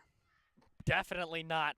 I mean, I thought possibly a hit. I thought she was going to bunt it and play and maybe see a play at home, but definitely very unorthodox. But here we are, 1-1. Funny you say unorthodox. You could say orthodox, but then again, there's the Catholic Church having the bells ring in our background. That will signal the beginning of a new hour. It is 6 o'clock, so we are officially an hour in. Maybe a little bit more given the slightly earlier start time. That pitch is off the plate. A still very good spot for Posa to be in. And I think for sure, given Anna Seuss in the on-deck circle, we are going to see a hustle play of some kind put on display. Most likely. I mean, we saw it her first time up. I think she singled up the middle in what was an infield single. But, I mean, just a good job for her of beating that out. Count now full as Garlow fouls that one away into the trees. For Youngstown Ursuline in the next inning, it is My Love, O'Hara, and Davies, 8, 9, and 1, set to hit. 3-2 count, one down, 1-1 score. The payoff pitch, it is popped in the infield, but caught by Davies for out number 2. She didn't need to do much there, Cam, but with what she had to do, she did a good job of getting it done. Absolutely, especially now because it's tied. I mean, every hit and every base runner counts just a little bit more. And now it is going to be Anna Seuss stepping in. 1 for 1 on the day. She really should be 0 for 1, Cam, but her hustle had other plans. Bases cleared, 2 down, but the Namers found the run they wanted to score. Yeah, absolutely. I mean, I talked about it just seconds ago, but just a good piece of hitting. She just puts the ball in play and uses her speed and able to run it out to first. And an infield single is an infield single. The pitch is going to be in there on the delayed call. Definitely interesting to see like how umpires call it, whether they call it right away or more of a delayed call like this umpire. I think everything has been delayed today, which is tough to see exactly what it's going to be. The pitch, once again, should be a strike given that move, and there it is. But Davies coming back with some big moves. A chance to get out of this inning here. The 1-2, swing and a miss. Do not tempt Davies with a strikeout. Make it number 7. I mean, she has just been absolutely electric today. Her defense behind her, though, a couple of miscues, and I've put Holy Name back into this game. It's all tied up 1-1. It's a great pitcher's duel. Emma Davies, 7 strikeouts. Reagan Vavro, 7 strikeouts. 1 run for Ursuline and 1 run for Holy Name. Pretty much nothing to separate these two teams. Which side will get their breakthrough? Find out when we return.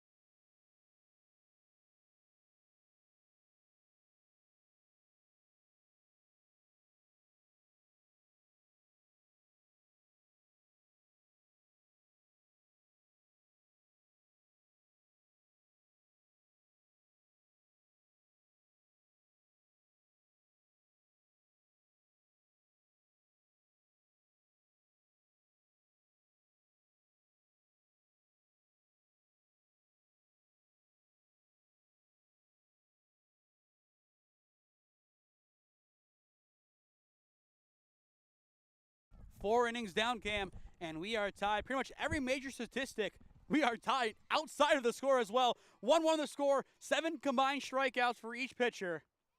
And I mean, you look at the way this game has gone. Really unconventional. I think we expected this to be a tight game, but not tied right now. I would agree. I mean, and definitely in a very unconventional way that Holy Name was able to finally score their first run of the day. Reagan Vavro still dealing a great game on the mound. If the game script continues this way, both pitchers will end with over 10 punch-outs to their name. One, that will be a great way to get the win. The other, it'll be a great way to end your season. Opposite ends of it, Ball is past Posa, and it was pulled back in time. That's a nice thing with softball.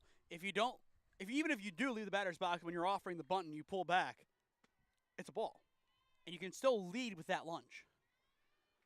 And that has been the approach of a lot of hitters today. It is my love in the box to get us underway this inning, looking for another big hit. Instead, she will swing and miss on that one. So I believe now the count is even, 2 balls, 2 strikes. But my love was the point of difference in this game. She had the lone RBI and still really does have the lone RBI. Takes that one, and we are full. But she is an early contender for player of the game. I would say she's up for it, and both pitchers. I would agree. But we still have a lot of formalities to work out before this game is over and before we have an official winner of that award. And now, a little bit of conversation. It should have been ball 4, and it will be. Isis Mylove once again will reach. She is the only player for either team to reach twice outside of Stevens. So you have the second last batter for Ursuline and the second batter for Holy Name. You need to get on base, especially early on in an inning. That is huge. Mylove will break. The throw from Posa is in time! What a chuck for out number 1! And just like that, the Namer defense makes their mark on this game. Yeah, just like that. They get the base runner, but then Posa says, no. Immediately erases her. Ava Posa, a welcome transfer from a few years ago. That is why they wanted her to make the switch from Medina County to come play for Holy Name, because of plays like that. A huge first out. But right now, as it goes to O'Hara, the mood of Youngstown Ursuline becomes more upset than joyful. Yeah, I mean, you think you get the leadoff runner on, well, you do, but then immediately out at second trying to advance and kind of leaves a sour taste in your mouth, but you need to kind of do the same thing here. Even with 1 out still, you got to get runners on and in position for your other players to try and get them home to score. Before this next pitch, you want to hear another stat where both teams are equal? Yes. Caught stealing. 1-1. Very true. This is, I don't even want to say freaky because that's kind of the way it feels, but not the right word, but it's really weird to see how many similarities there are regardless of the score between these teams. I mean, up until the score was 1-1, everything was still pretty much similar. And it continues to be similar. It's a 1-out hit for Ursuline. Now we'll send them back to the top of their order. That is their 5th hit of the game. Number 4 in regard to a simple base hit. That is the one stat that they do lead the Namers. But as the top comes up, what's your thoughts here, Cam? I mean, it's a tough spot to be in if you are this Namer defense, but they have been in worse. Very, very true. But, I mean, just the opportunity of a double play here, I mean, so many things could go right here for the Namers, but again, so many things could go wrong. You always think about the long ball could increase their lead, but Vavro has done a good job today of keeping the hitters in check. Ball 1 is taken by Davies as we are back for the 3rd go-around of the Ursuline order. This is going to be a big and telling go-around. It could be the final one, but Emma Davies, she has been elite today. Can she make her defense bleed over into some more good offense for this Youngstown Ursuline side? That's the big question here. So far today, she has struck out twice. And actually, so has Vavro. The pitchers have struck each other out. Both times they've stepped in, popped up, and out of play. How many more similarities will we find? Probably more as this game goes on.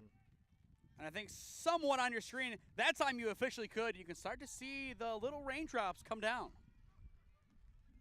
If the camera picks it up, that means the drops are getting a little bit bigger. And that is not good for this field, but given how long we played, we're going to finish this one tonight, unless for some odd reason we physically cannot. And I think at that point, we're going to sit here until it gets too dark to finish. I would say probably barring any lightning or thunder, pretty much. unless this rain just gets unbearable. And even if it does, that's probably a 15-minute delay, and the parents are coming out with rakes to fix the field. The pitch from Vavro, it is going to be upstairs. So now 3-1 the count. Once again, it's tough to see out here. Now they say 3-2. It's tough to see out here with this angle of what they're calling balls and strikes, especially with that big delay. Here's the payoff pitch. It's a good pop deep to left field. Underneath it to make the play is Majoris for out number 2. And that is a big out number 2 for the Namers. First time I think the ball has gone on a fly to the outfield that has been caught. Everything else has been in the infield. I believe so. First put out recorded by the outfield, and we're in the 5th inning. If you love small ball, then you have to be in heaven right now. This is your game. With 2 down, it is Lila Jones, the right fielder, stepping in. Still a chance for Ursuline to do something, but the Namer defense, they will get the final out, and the inning will end. A good recovery by Orzek over at first base. It wasn't a sure thing based on the awkward hop, very similar to Sastri's put out to beat Padua a few weeks ago. Just like JR's play, Allie gets it done. Yeah, kind of, as we watch it back here, just a little interesting, a little weird, but able to get the final out of the inning. And now Holyham's offense comes back up and looking to take the lead finally for the first time today. The defense for both sides has been elite. Will that continue in the bottom of the 5th inning? This has been elite. This has been a great game. This is what you want from the district tournament. Honors even, middle of 5 at Parma Heights is St. John Bosco.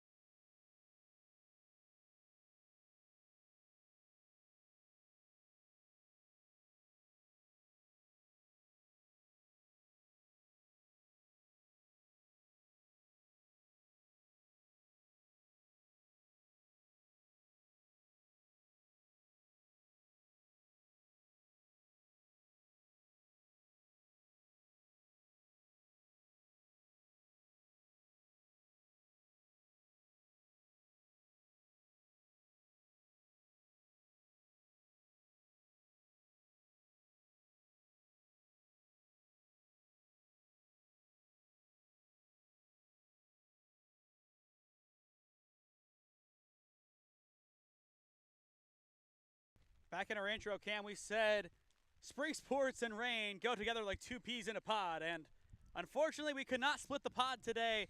They have come as a couple, as expected kind of here, given the forecast. The rain coming down.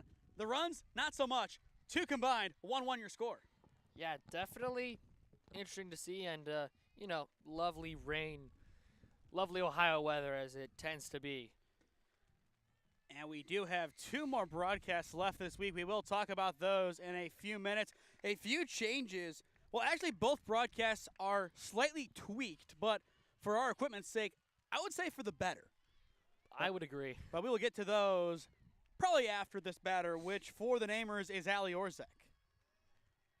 Skipping in low for ball 2.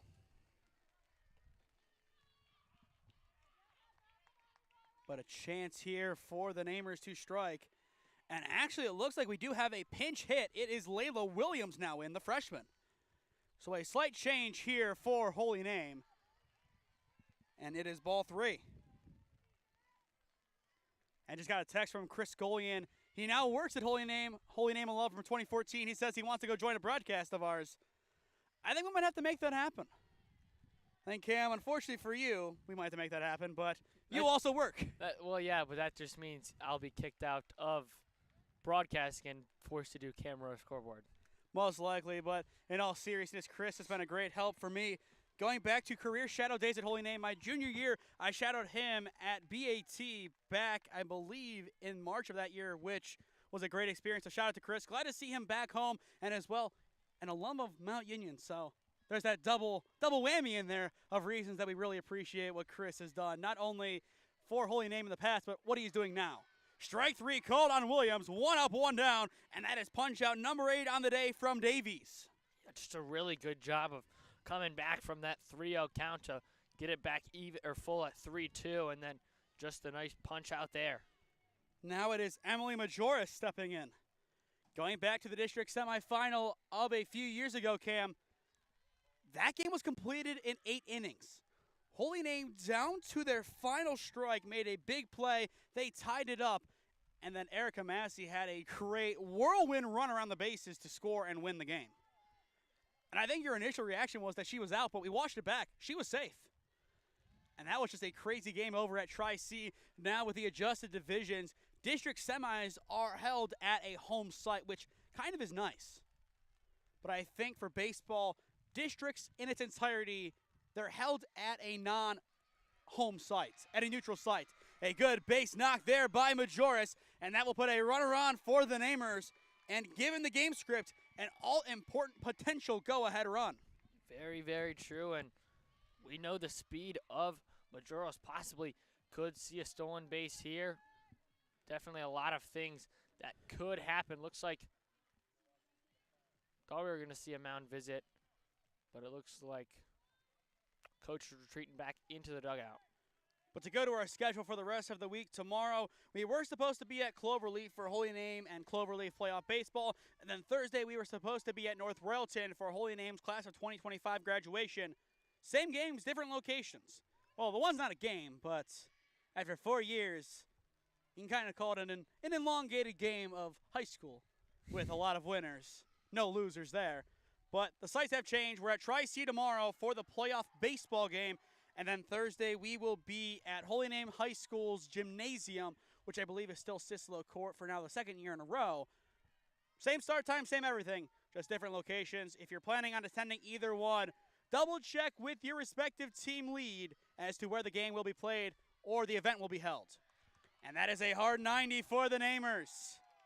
Didn't have to do much there, just wear it. Yeah, absolutely. And now, great spot here for the Namers.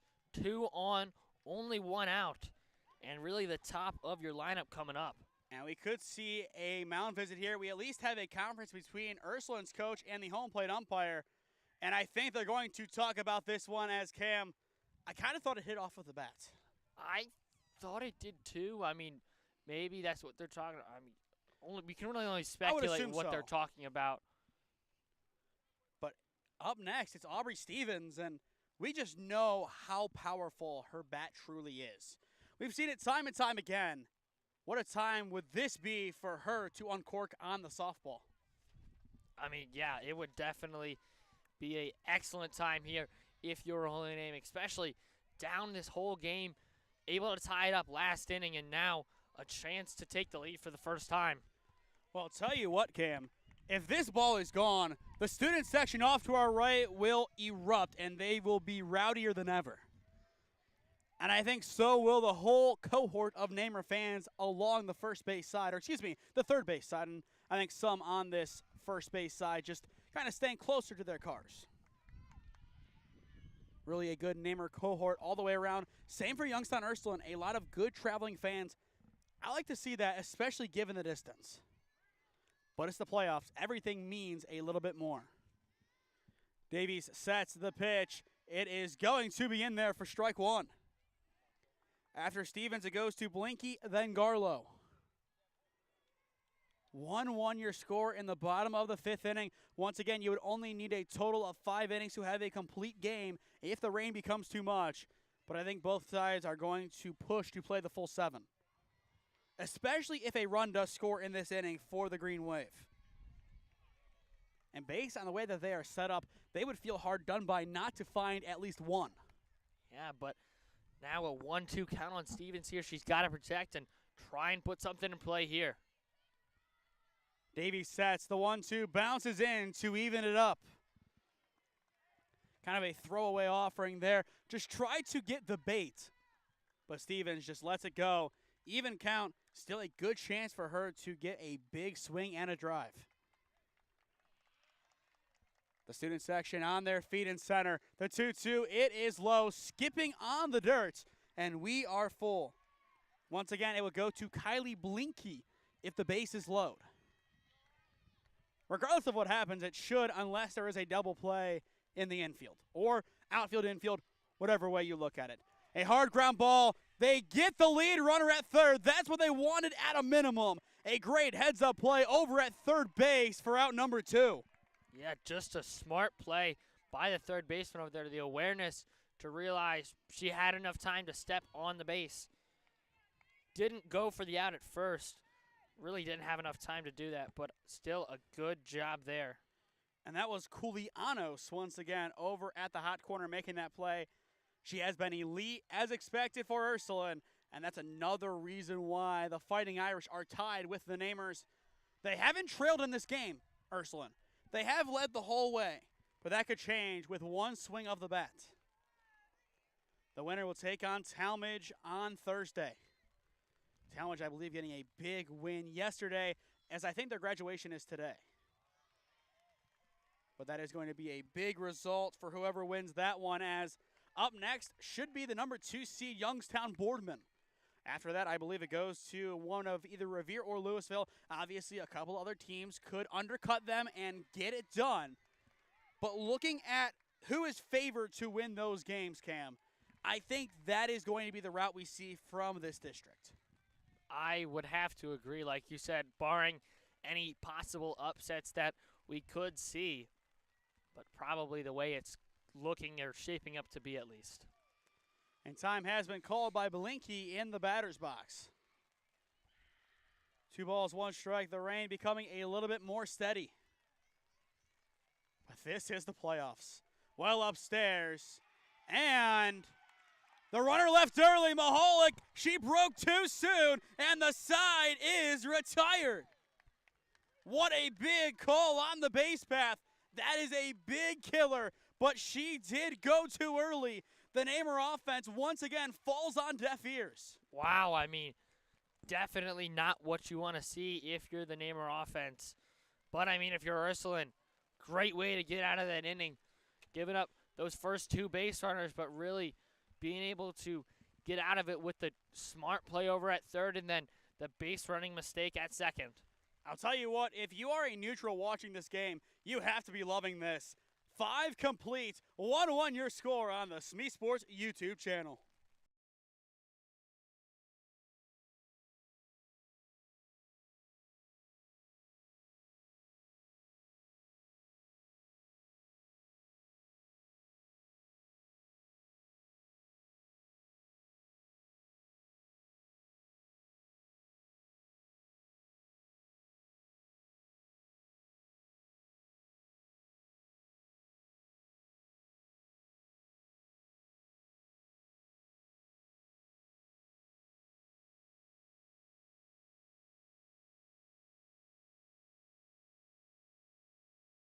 What a day for softball it has been at St. John Bosco. 5 innings down, 2 to go unless we see extras. And Cam, we are tied up 1 apiece. Yes, I mean, this has just been a very great game so far and shaping up to be at least for the rest of the way. The winner of this 7 versus 32 clash will take on Talmadge on Thursday. And that game will be at Jackson Milton High School, about an hour away from here. Not to be confused with Massillon Jackson High School. 2 completely different places, just for the record. The 2 strikes to count on Brooke Burton, the center fielder. After Brooke, it goes to Katie Kulianos, then Eva Camuso. The 0-2 just a bit upstairs as it will sail past Poza. And you might be able to hear it on the live stream, just the rain pinging off of our tent. Just a steady, steady rainfall, hoping it does not get any worse than this. The 1-2 swing and a miss. Nastiness on the mound from Reagan Vavro. Wow, I mean, really slowed him down there with that off speed. I mean, we're going to watch that one back, but just a nasty pitch. You could say in the circle, on the mound, whatever way you want to say it, Reagan Vavro has dominated it, for sure. I mean, 8 strikeouts now in comparison to Davies' 8, 16 combined. I think both will reach 10 total by the end of this game. Kulianos, a beautiful crank into center field. It takes 1 skip off of the dirt, and that will be her 2nd single of the game. With 1 down, Ursuline gets a massive base knock. Exactly what they needed to do there. Kulianos just saw the ball, took it right back to where it came from, and you even saw that swing. Perfect down to a tee. I mean, yeah, just right back up the middle. A great base hit, and Ursuline looking to retake the lead here as we get later and later on in this game. You have to feel like the next team to score will win this game, just the way it has gone. But we also could see a lot of offense at the end of this game. It'll be interesting to see how both sides play out the rest of this. A high hanger, it will stay in the infield. Blanky underneath it makes the play for out number 2. Yet another big put out for number 4. I thought that one was going to go out a lot farther, but I think my vision was cut off by the line of sight within the tent. But probably good there for Holy Name that it stayed in the infield. Now you just need one more to get out of this inning and try and get that offense back up again. I mean, looking good kind of as they were going on later in this game, and their defense really needs to stay the same. Well, Camuso has struck out twice today, but as we've seen, all it takes is one change for the game to flip on its head.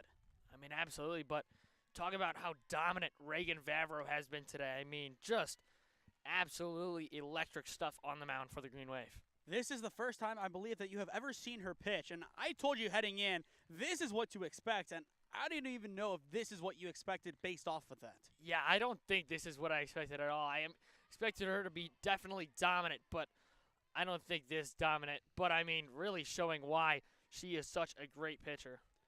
And over at second base now, Kulianos. A good job reading the down angle. The go-ahead run for Ursula now stands in scoring position.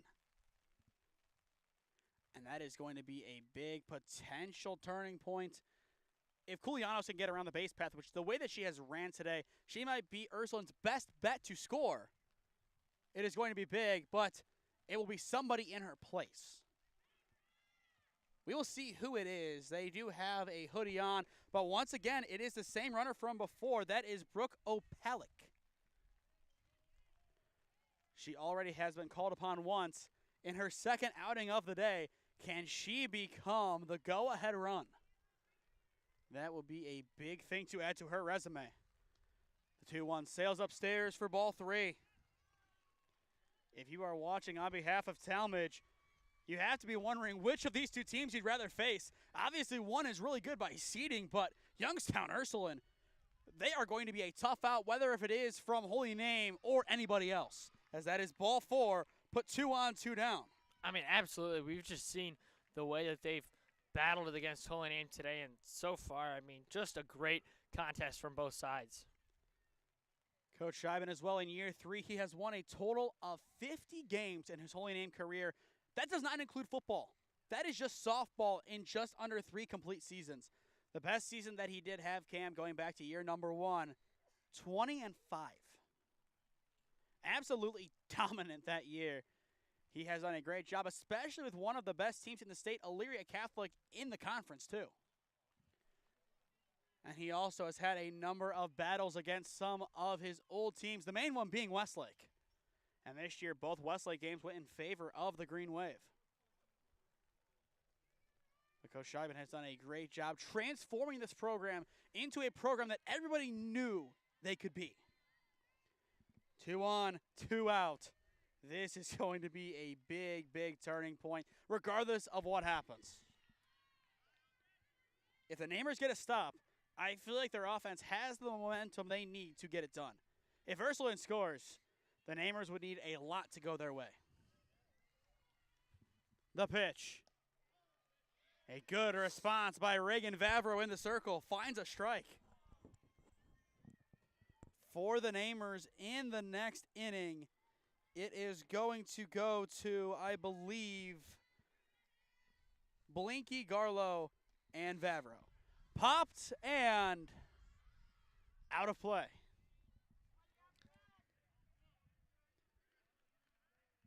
But right now, just a lot on the minds of these players.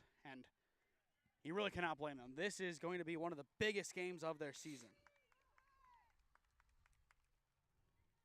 But Vavro in desperate search of that final out. The pitch. Runs inside. Doesn't get the call. And you can tell they wanted it. Yeah, that one was definitely very, very close, but a good eye there. Still a chance for Ursuline here. The inning is not over until you see strike 3 here with a final out recorded. And there it is. Reagan Vavro right on cue. Punch out number 9. The side is retired. A good, hearty pitch there. I mean, a good cut, but just blown by Reagan Vavro's fastball. We still got a game on our hands, ladies and gentlemen. Ursuline once again applies the pressure. No damage done. Reagan Vavro, one of her best performances in the playoffs throughout her Holy Name career, and it comes at a big time. Middle of 6 at St. John Bosco. 1-1 your score on the SmeeSports YouTube channel.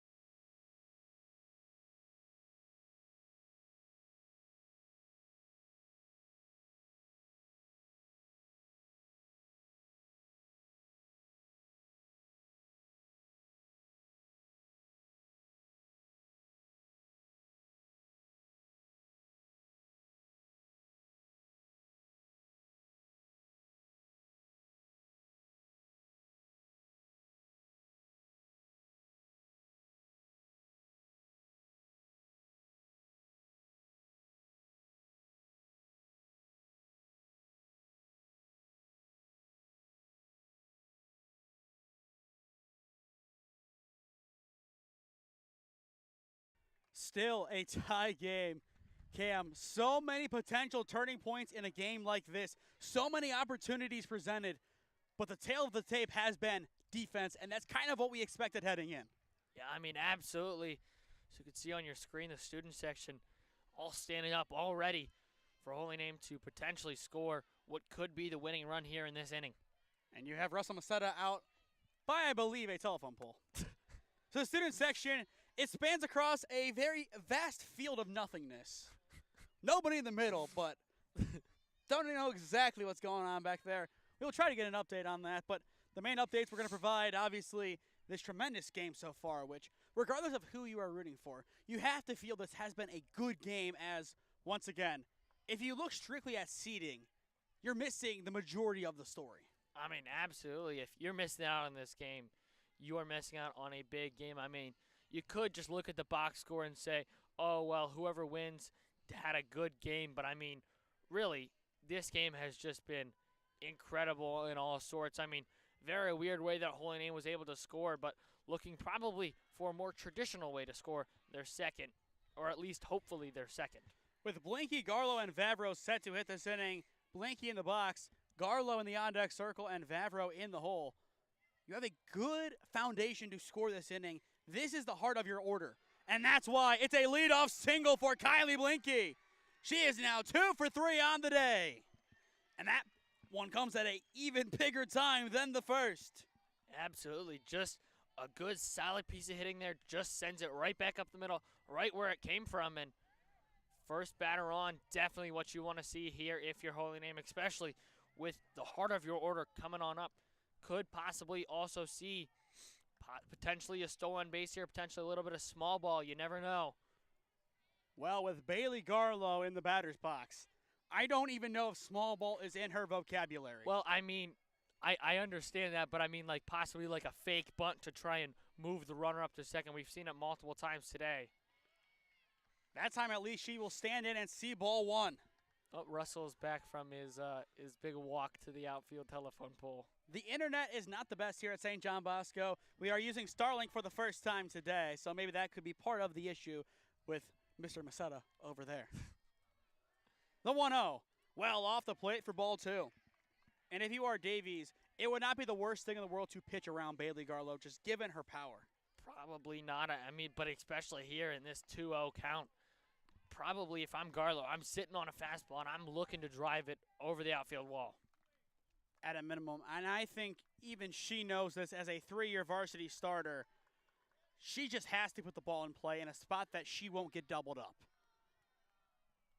You need to have 2 runners on right now, especially just given this 3-0 count now. You have to get both on, put Vavro in, or you also could see a potential pinch hit. You could see something along those lines. Looking at the bench, you do have a couple of players who have been really good this year, albeit 5 hits, but Lomboy, the freshman, 2 RBIs. That could be a player you bring in for a pressure situation. The 3-0 will hit the top of the zone, making it 3-1. We've seen that top part of the zone called all day, but it's not a pitch that Vavro wants to offer at. I don't blame her for taking it. I mean, it was 3-0 anyways. Usually you don't swing on a 3-0 count, but probably looking to swing here. The 3-1, she will take a no-doubter. It is full 3-2. All of a sudden, Davies works back into the count. Now we're full. I wouldn't be surprised to see Blinky take off, but at the same time, the Namers are going to be cautious given how Mahala created the final out of the last frame. Here is the payoff. It is passed for ball 4. Blinky is thinking 3, but in the end, it's a good recovery by Smith behind the dish. It will only be 1 base for Blinky, but the go-ahead run now stands in scoring position. And now it looks like we are going to have a mound visit from Ursuline's coach. And the same with Coach Scheiben. He's going to call in both of his runners. But I don't think you can pull Davies from this game. The way that she has pitched, she has been elite all afternoon. Right now it's not going the best, but this is when you have to put full faith in your pitcher. I assume this is what Ursuline's coach is telling Davies. We have full faith in you. And the defense, they also have to say, okay, if the ball is hit to us, we're going to back you up. She has to know that completely. If not, the moment that trust is broken, especially in softball, that's when the wheels tend to fall off. I mean, especially what you saw the defense do earlier, albeit it was with 1 out already, but the third baseman able to get the lead runner out at third base. If they could do the same thing here and potentially turn a double play, could change things in a matter of 1 or 2 pitches here. But I think the answer to Holy Name's problem right now is going to be small ball. I think you're going to see a bunt laid down here. I would be shocked if Vavro didn't at least try one. Maybe 0-1, then you go to a more swinging approach, but you have to put 2 in scoring position, and then you trust one of Posa or Seuss to bring in the runner, and they have both produced so often this year. There's the bunt pulled back. It's 1-0. And if you're Smith, you might have the biggest roll out of anybody on the diamond right now. Obviously, the pitch is important, but if you are lackadaisical behind the dish, you are going to allow free bases to Blinky and Garlow. And she has done a good job today of working the runners on base, especially Garlow in her last appearance. Now 1-1 as Vavro swings and misses. Interesting to see that she didn't try and lay that one down. I mean, that one looked like a good pitch, but she decides to take a cut at it anyways. Could go back to the potential bunt here. We will see what she does. It's an even count, 1-1. Davies looking to get back to her good ways of pitching. It is bunted. The job will be done. The bases will load as nobody covers first. A huge bunt from Reagan Vavro. Load him up for Ava Posa. Well, Cam, nobody out. Bases juiced. I think it is pretty simple and easy to say it's now or never. I think that was the problem. That usually the second baseman goes to cover first. However, I think this time she went to cover second. I think a little bit of mix-up in communication, and that's why no one was left to cover first. In knowing Ava, I know that she has a very good headspace. But what could possibly be going through your mind right now? You know the heartbreak of last year losing to Springfield, who made it all the way to the regional semis. But still, you were 1 and done last year. You don't want to go 1-1 in the playoffs. You want a district final. You want all of this. But a lot of that pressure now resides on the shoulders of number 15. I mean, at the same time, I think you just got to do what you've done all year and really just try and be clutch. It is a pass ball. They will send the runner. The play, not in time. Holy Name takes the lead for the first time today. Read the down angle. That is why it's taught at this level, and the Namers finally get it done. Wow, I mean, both times that Holy Name have scored today have been via kind of the pass ball. That one a little bit more conventional as she just slides in there above the tag, but now Holy Name in even better position, still with no down here. Posa can still make a huge play with her bat. Chopped over towards third. It is snagged. The play is in time, but that will also score Garlow. Insurance is on the board. Make it 3-1. What a big ground out for Posa. It does score the run. That's what matters. And you have run number 4 90 feet away, or excuse me, 60 feet away. But what a turning point for the Namers. They lead by 2. This is their first lead of the day, and already it is the biggest lead for either team in this contest. Now Seuss will step in, a chance for more damage. The bunt is down, the run will score, and Seuss is safe at first. The train continues to move along the tracks for the Namers. Make it 4-1. Wow, just a great bunt there by Anna Seuss. And just a really good heads-up play by the runner at third. I mean, as we see it, just a perfect bunt laid down there, and the pitcher no play at home and really no play at first by the hustle of Seuss. Now Allie Orzek will step in, still 1 down. But that sacrificial lamb was enough to get insurance. Now up by 3, ground ball over towards second. It is booted. The play is just in time for out number 2, but that will still put a runner in scoring position for the green and white. A simple ground out. Majoris now steps in, a chance to make it 5-1. Either way, the skies have truly opened in the bottom of the 6th inning for Holy Name. That is via the softball field. Hopefully the rain will keep the way it is or even subside. I don't think it will subside, but hopefully it just stays the same. Davies' first pitch to Majoris is a ball. 1-0 the count. But I mean, how quickly the script flipped. I mean, 1-1 coming in, and it was really close, and then all of a sudden, Holy Name able to get a couple runners on, and then the good bunt there, and then really the mental mistake by the Ursuline defense to not cover first, loads the bases, pass ball gives them the lead, and really has been a great inning, and even a couple more runs scoring after that. Both teams have been great today.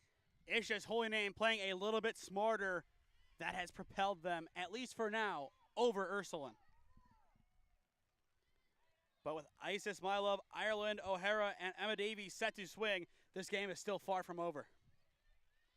1 ball, 2 strikes the count. Davies sets and fires.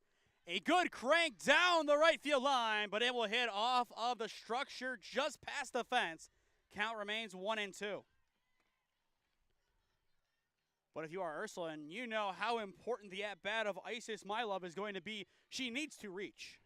Absolutely. I mean, she has done a pretty good job so far today, reaching both times, and she is going to need to again, especially with that speed. But in the same time, her run matters, but it's not the most impactful. So yes, you need her to score, but you need to get the other people behind her on and for them to score as well.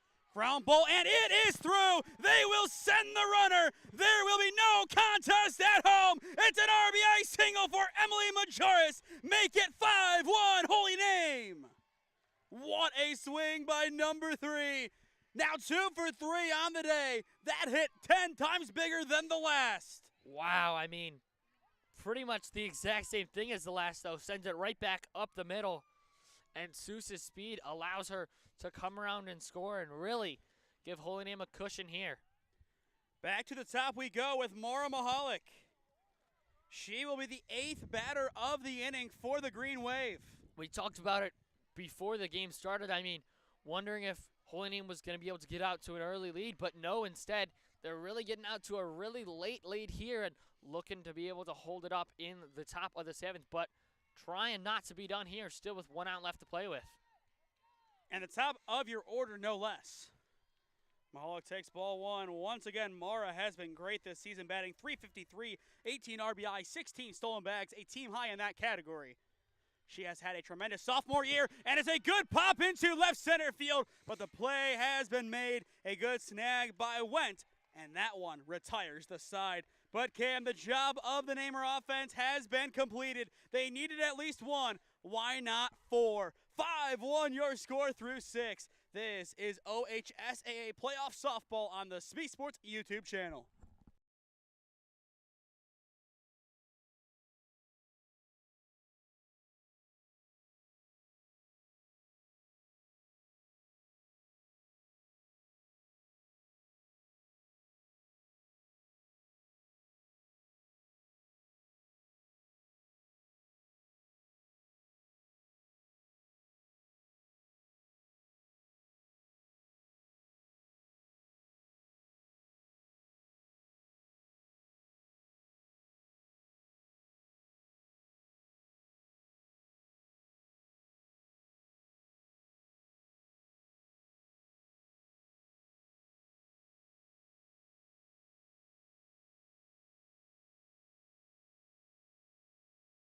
Holy Name trailed early on in this game 1-0. They were able to tie it courtesy of the base running of Bailey Garlow. But in the bottom of the 6th inning, the skies open up, not just with rain, but also with runs. The Namers plate 4, 5-1 your score in this district semifinal. The winner will take on Talmadge Thursday at Jackson Milton High School. For those just joining us, he's Cam Ragazzo. I am Nathan Smee on the call for you live on the SmeeSports YouTube channel. First pitch of the 7th is popped out of play down the left field line for strike 1. It is Isis Mylove, Ireland O'Hara, and Emma Davies, the last lines of offense for Ursuline. And they need to find 4 runs to keep their hopes alive. The 0-1 bounces in to even up the count. We alluded to it last inning. Isis's at-bat might be the biggest early on, as if she reaches, that could set the tone for the rest of this frame. Absolutely, and she has done a good job of reaching today, but this is potentially the biggest one of the day. Chopped down the left field line, and it will break foul. Now 1-2 the count. With that going foul, that is huge for this Namer defense. If that would have stayed fair, that would have given Ursuline a good shot to put some runs on the board. 1 ball, 2 strikes. Vavro winds and deals. Unable to connect, just a bit below the knees. Count now even. Very, very close pitch there. I mean, good job taking it by Mylove, but she's got to protect here with 2 strikes. Vavro 1 strike away from getting her 10th punch out on the afternoon. There it is. She will get it looking. Another double-digit strikeout performance from Reagan Vavro. 1 down.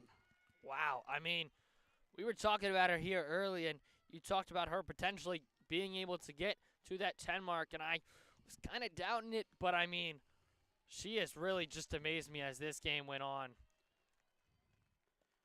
First pitch of the next at-bat is a ball to O'Hara. 1-0 the count. And depending on how it goes, we could see Wendt substituted in. That is a nice thing with the flex/designated player. Vavro sets for the 1-0. Misses low for ball 2. But as well as we've said throughout this broadcast, Vavro might not hit with her first pitch, but eventually, somehow in some way, she finds a way to make it a good at-bat for her in the circle. With 2 balls and no strikes, a tough spot to be in.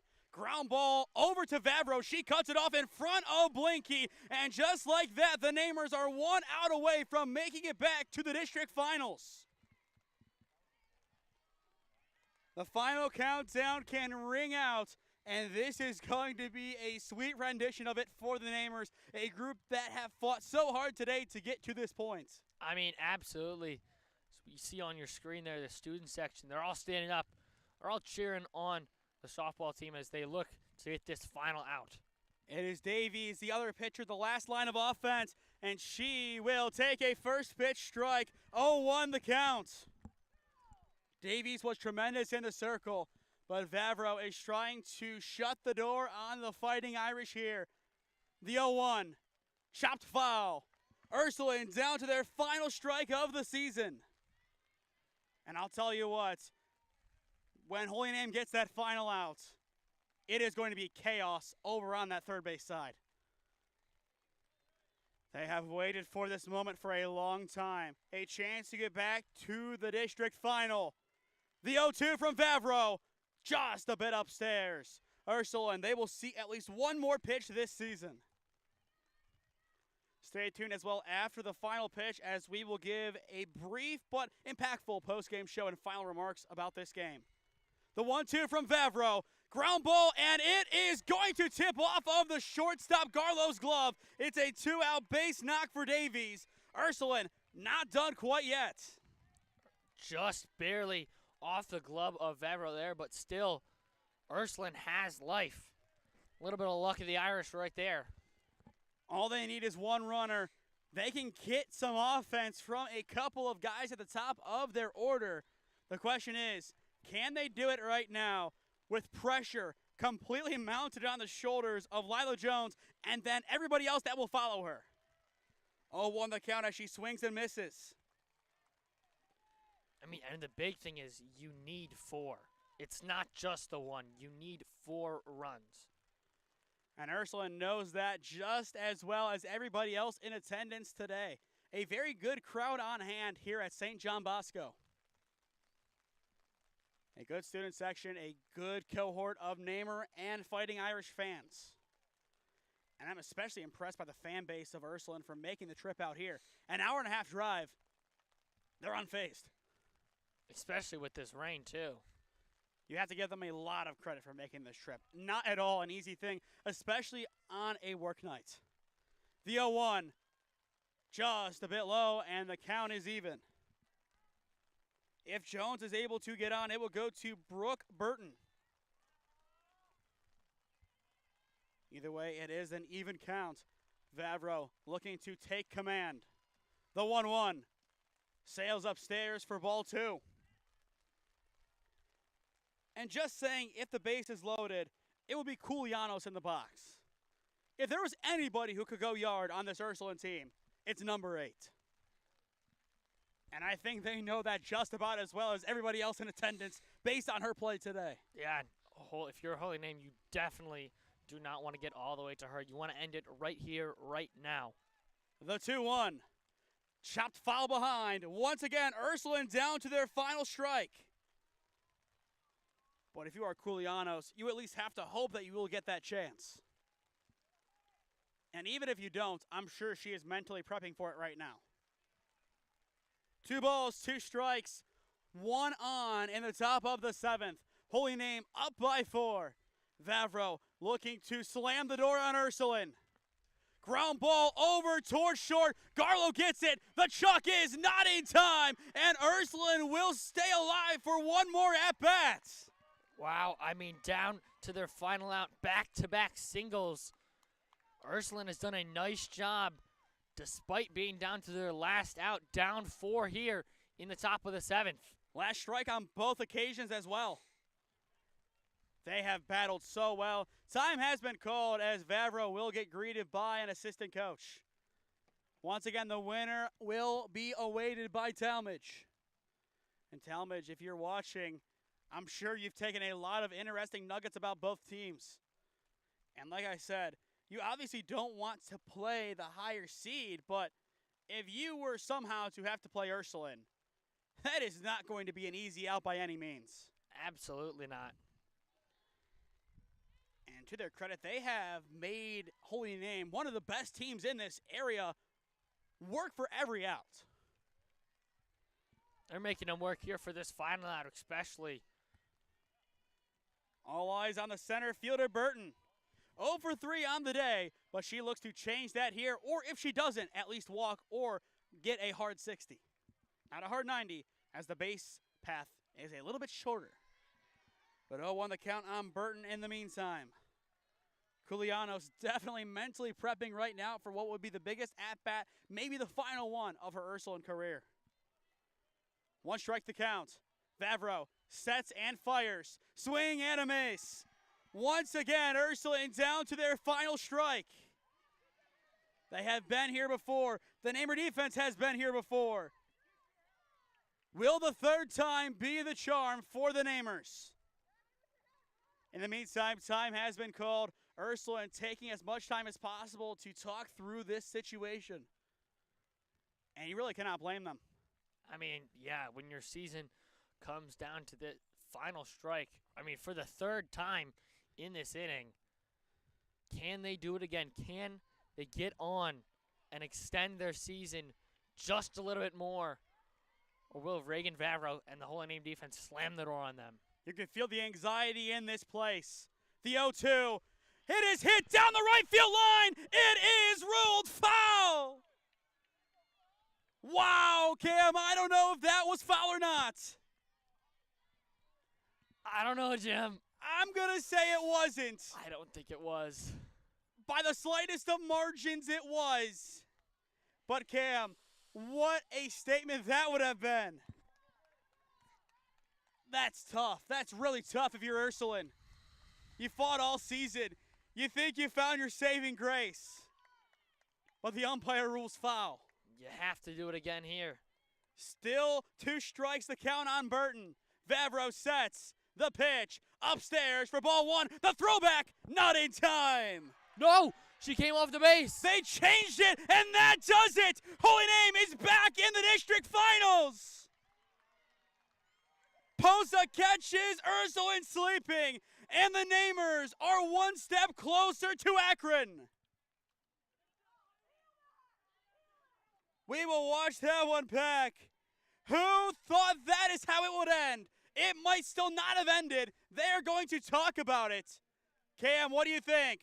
They roll It's out, and that will do it officially. Holy Name takes down Youngstown Ursuline. 5-1 your final. What a finish for the Green Wave. Ursuline about to potentially load up the bases for their superstar. But 1 play ruled foul and 1 play off the bag ends the season. Wow. I mean, just a heartbreaking way to end the season if you're Ursuline. I mean, just a lot of things went your way. A lot of things didn't go your way, and that one definitely did not go your way. We'll keep it here for a short SmeeSports post-game show. Your thoughts, Cam?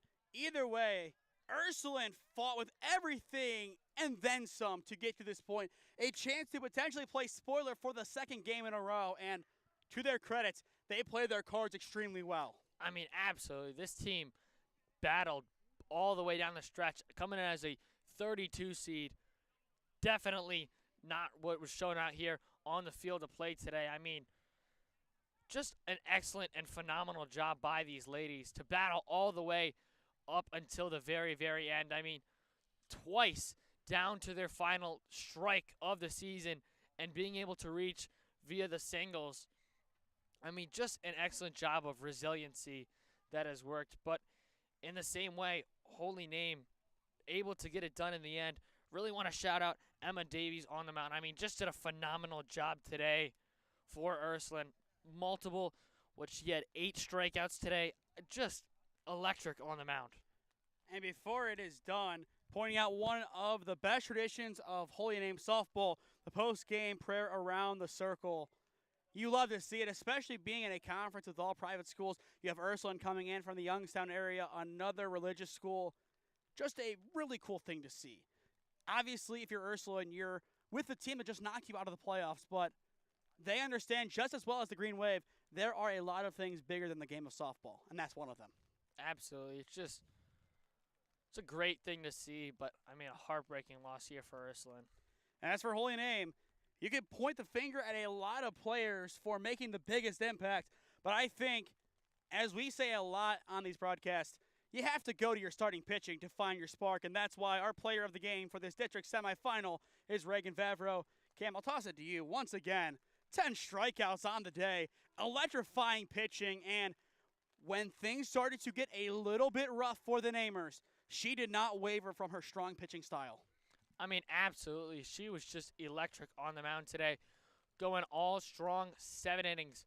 I mean, started down in a lot of counts, started off in a lot of 1-ball counts, but able to work back, and I mean, 10 strikeouts on the mound is just absolutely insane. Just a great job from her today and really propelled this Holy Name team to the next round. You thought one playoff game was good. Why not another one tomorrow? Opposed to going to Cloverleaf, we will be at Tri-C's Ron Model Field. It is the sectional final as the Holy Name Green Wave take on the Cloverleaf Colts. It is a rematch from softball at least, but it's on the baseball diamond. 5 p.m. first pitch. It might be a quote-unquote home game for the Green Wave, but the home team will be Cloverleaf. Dom Marchetta announced as the starting pitcher for that game as expected, and with a win, Cam, the Namers have a chance to make it to 500 for the first time in a long while. I didn't even realize that. They're 12-13 after big wins over Shaker Heights and Orange. 4 runs scored in the 7th inning, kind of similar like Holy Name here. 4 runs in their final offensive inning, and they look to take that into tomorrow. And actually, it looks like we have one of the pitchers from that game walking towards us. So BP definitely energized, along with the rest of the squad, for what could be one of the biggest games in program history, as they have a chance to really do some damage this year, Cam. And you look at the playoff bracket, it might be a collision course set to greet Lake Catholic, but they only lost to Lake Catholic in the one game by 2. They can beat them. I mean, absolutely. The first game, obviously, that one a little bit more lopsided in that way, but couple of things really didn't go their way. We're not going to talk about them, at least not here. But, I mean, that second game, a 2-0 loss, I mean, definitely nothing to hang your hat on. And, I mean, a couple of plays go their way, you could have a very different score and a very different winner coming out of that game. But to stay up to date on all the games we are covering, going back way back in time. Follow SmeeSports on Instagram and SmeeFist2024 on Twitter as well. Subscribe down below to the SmeeSports YouTube channel. Enable push notifications to be notified when we upload or go live.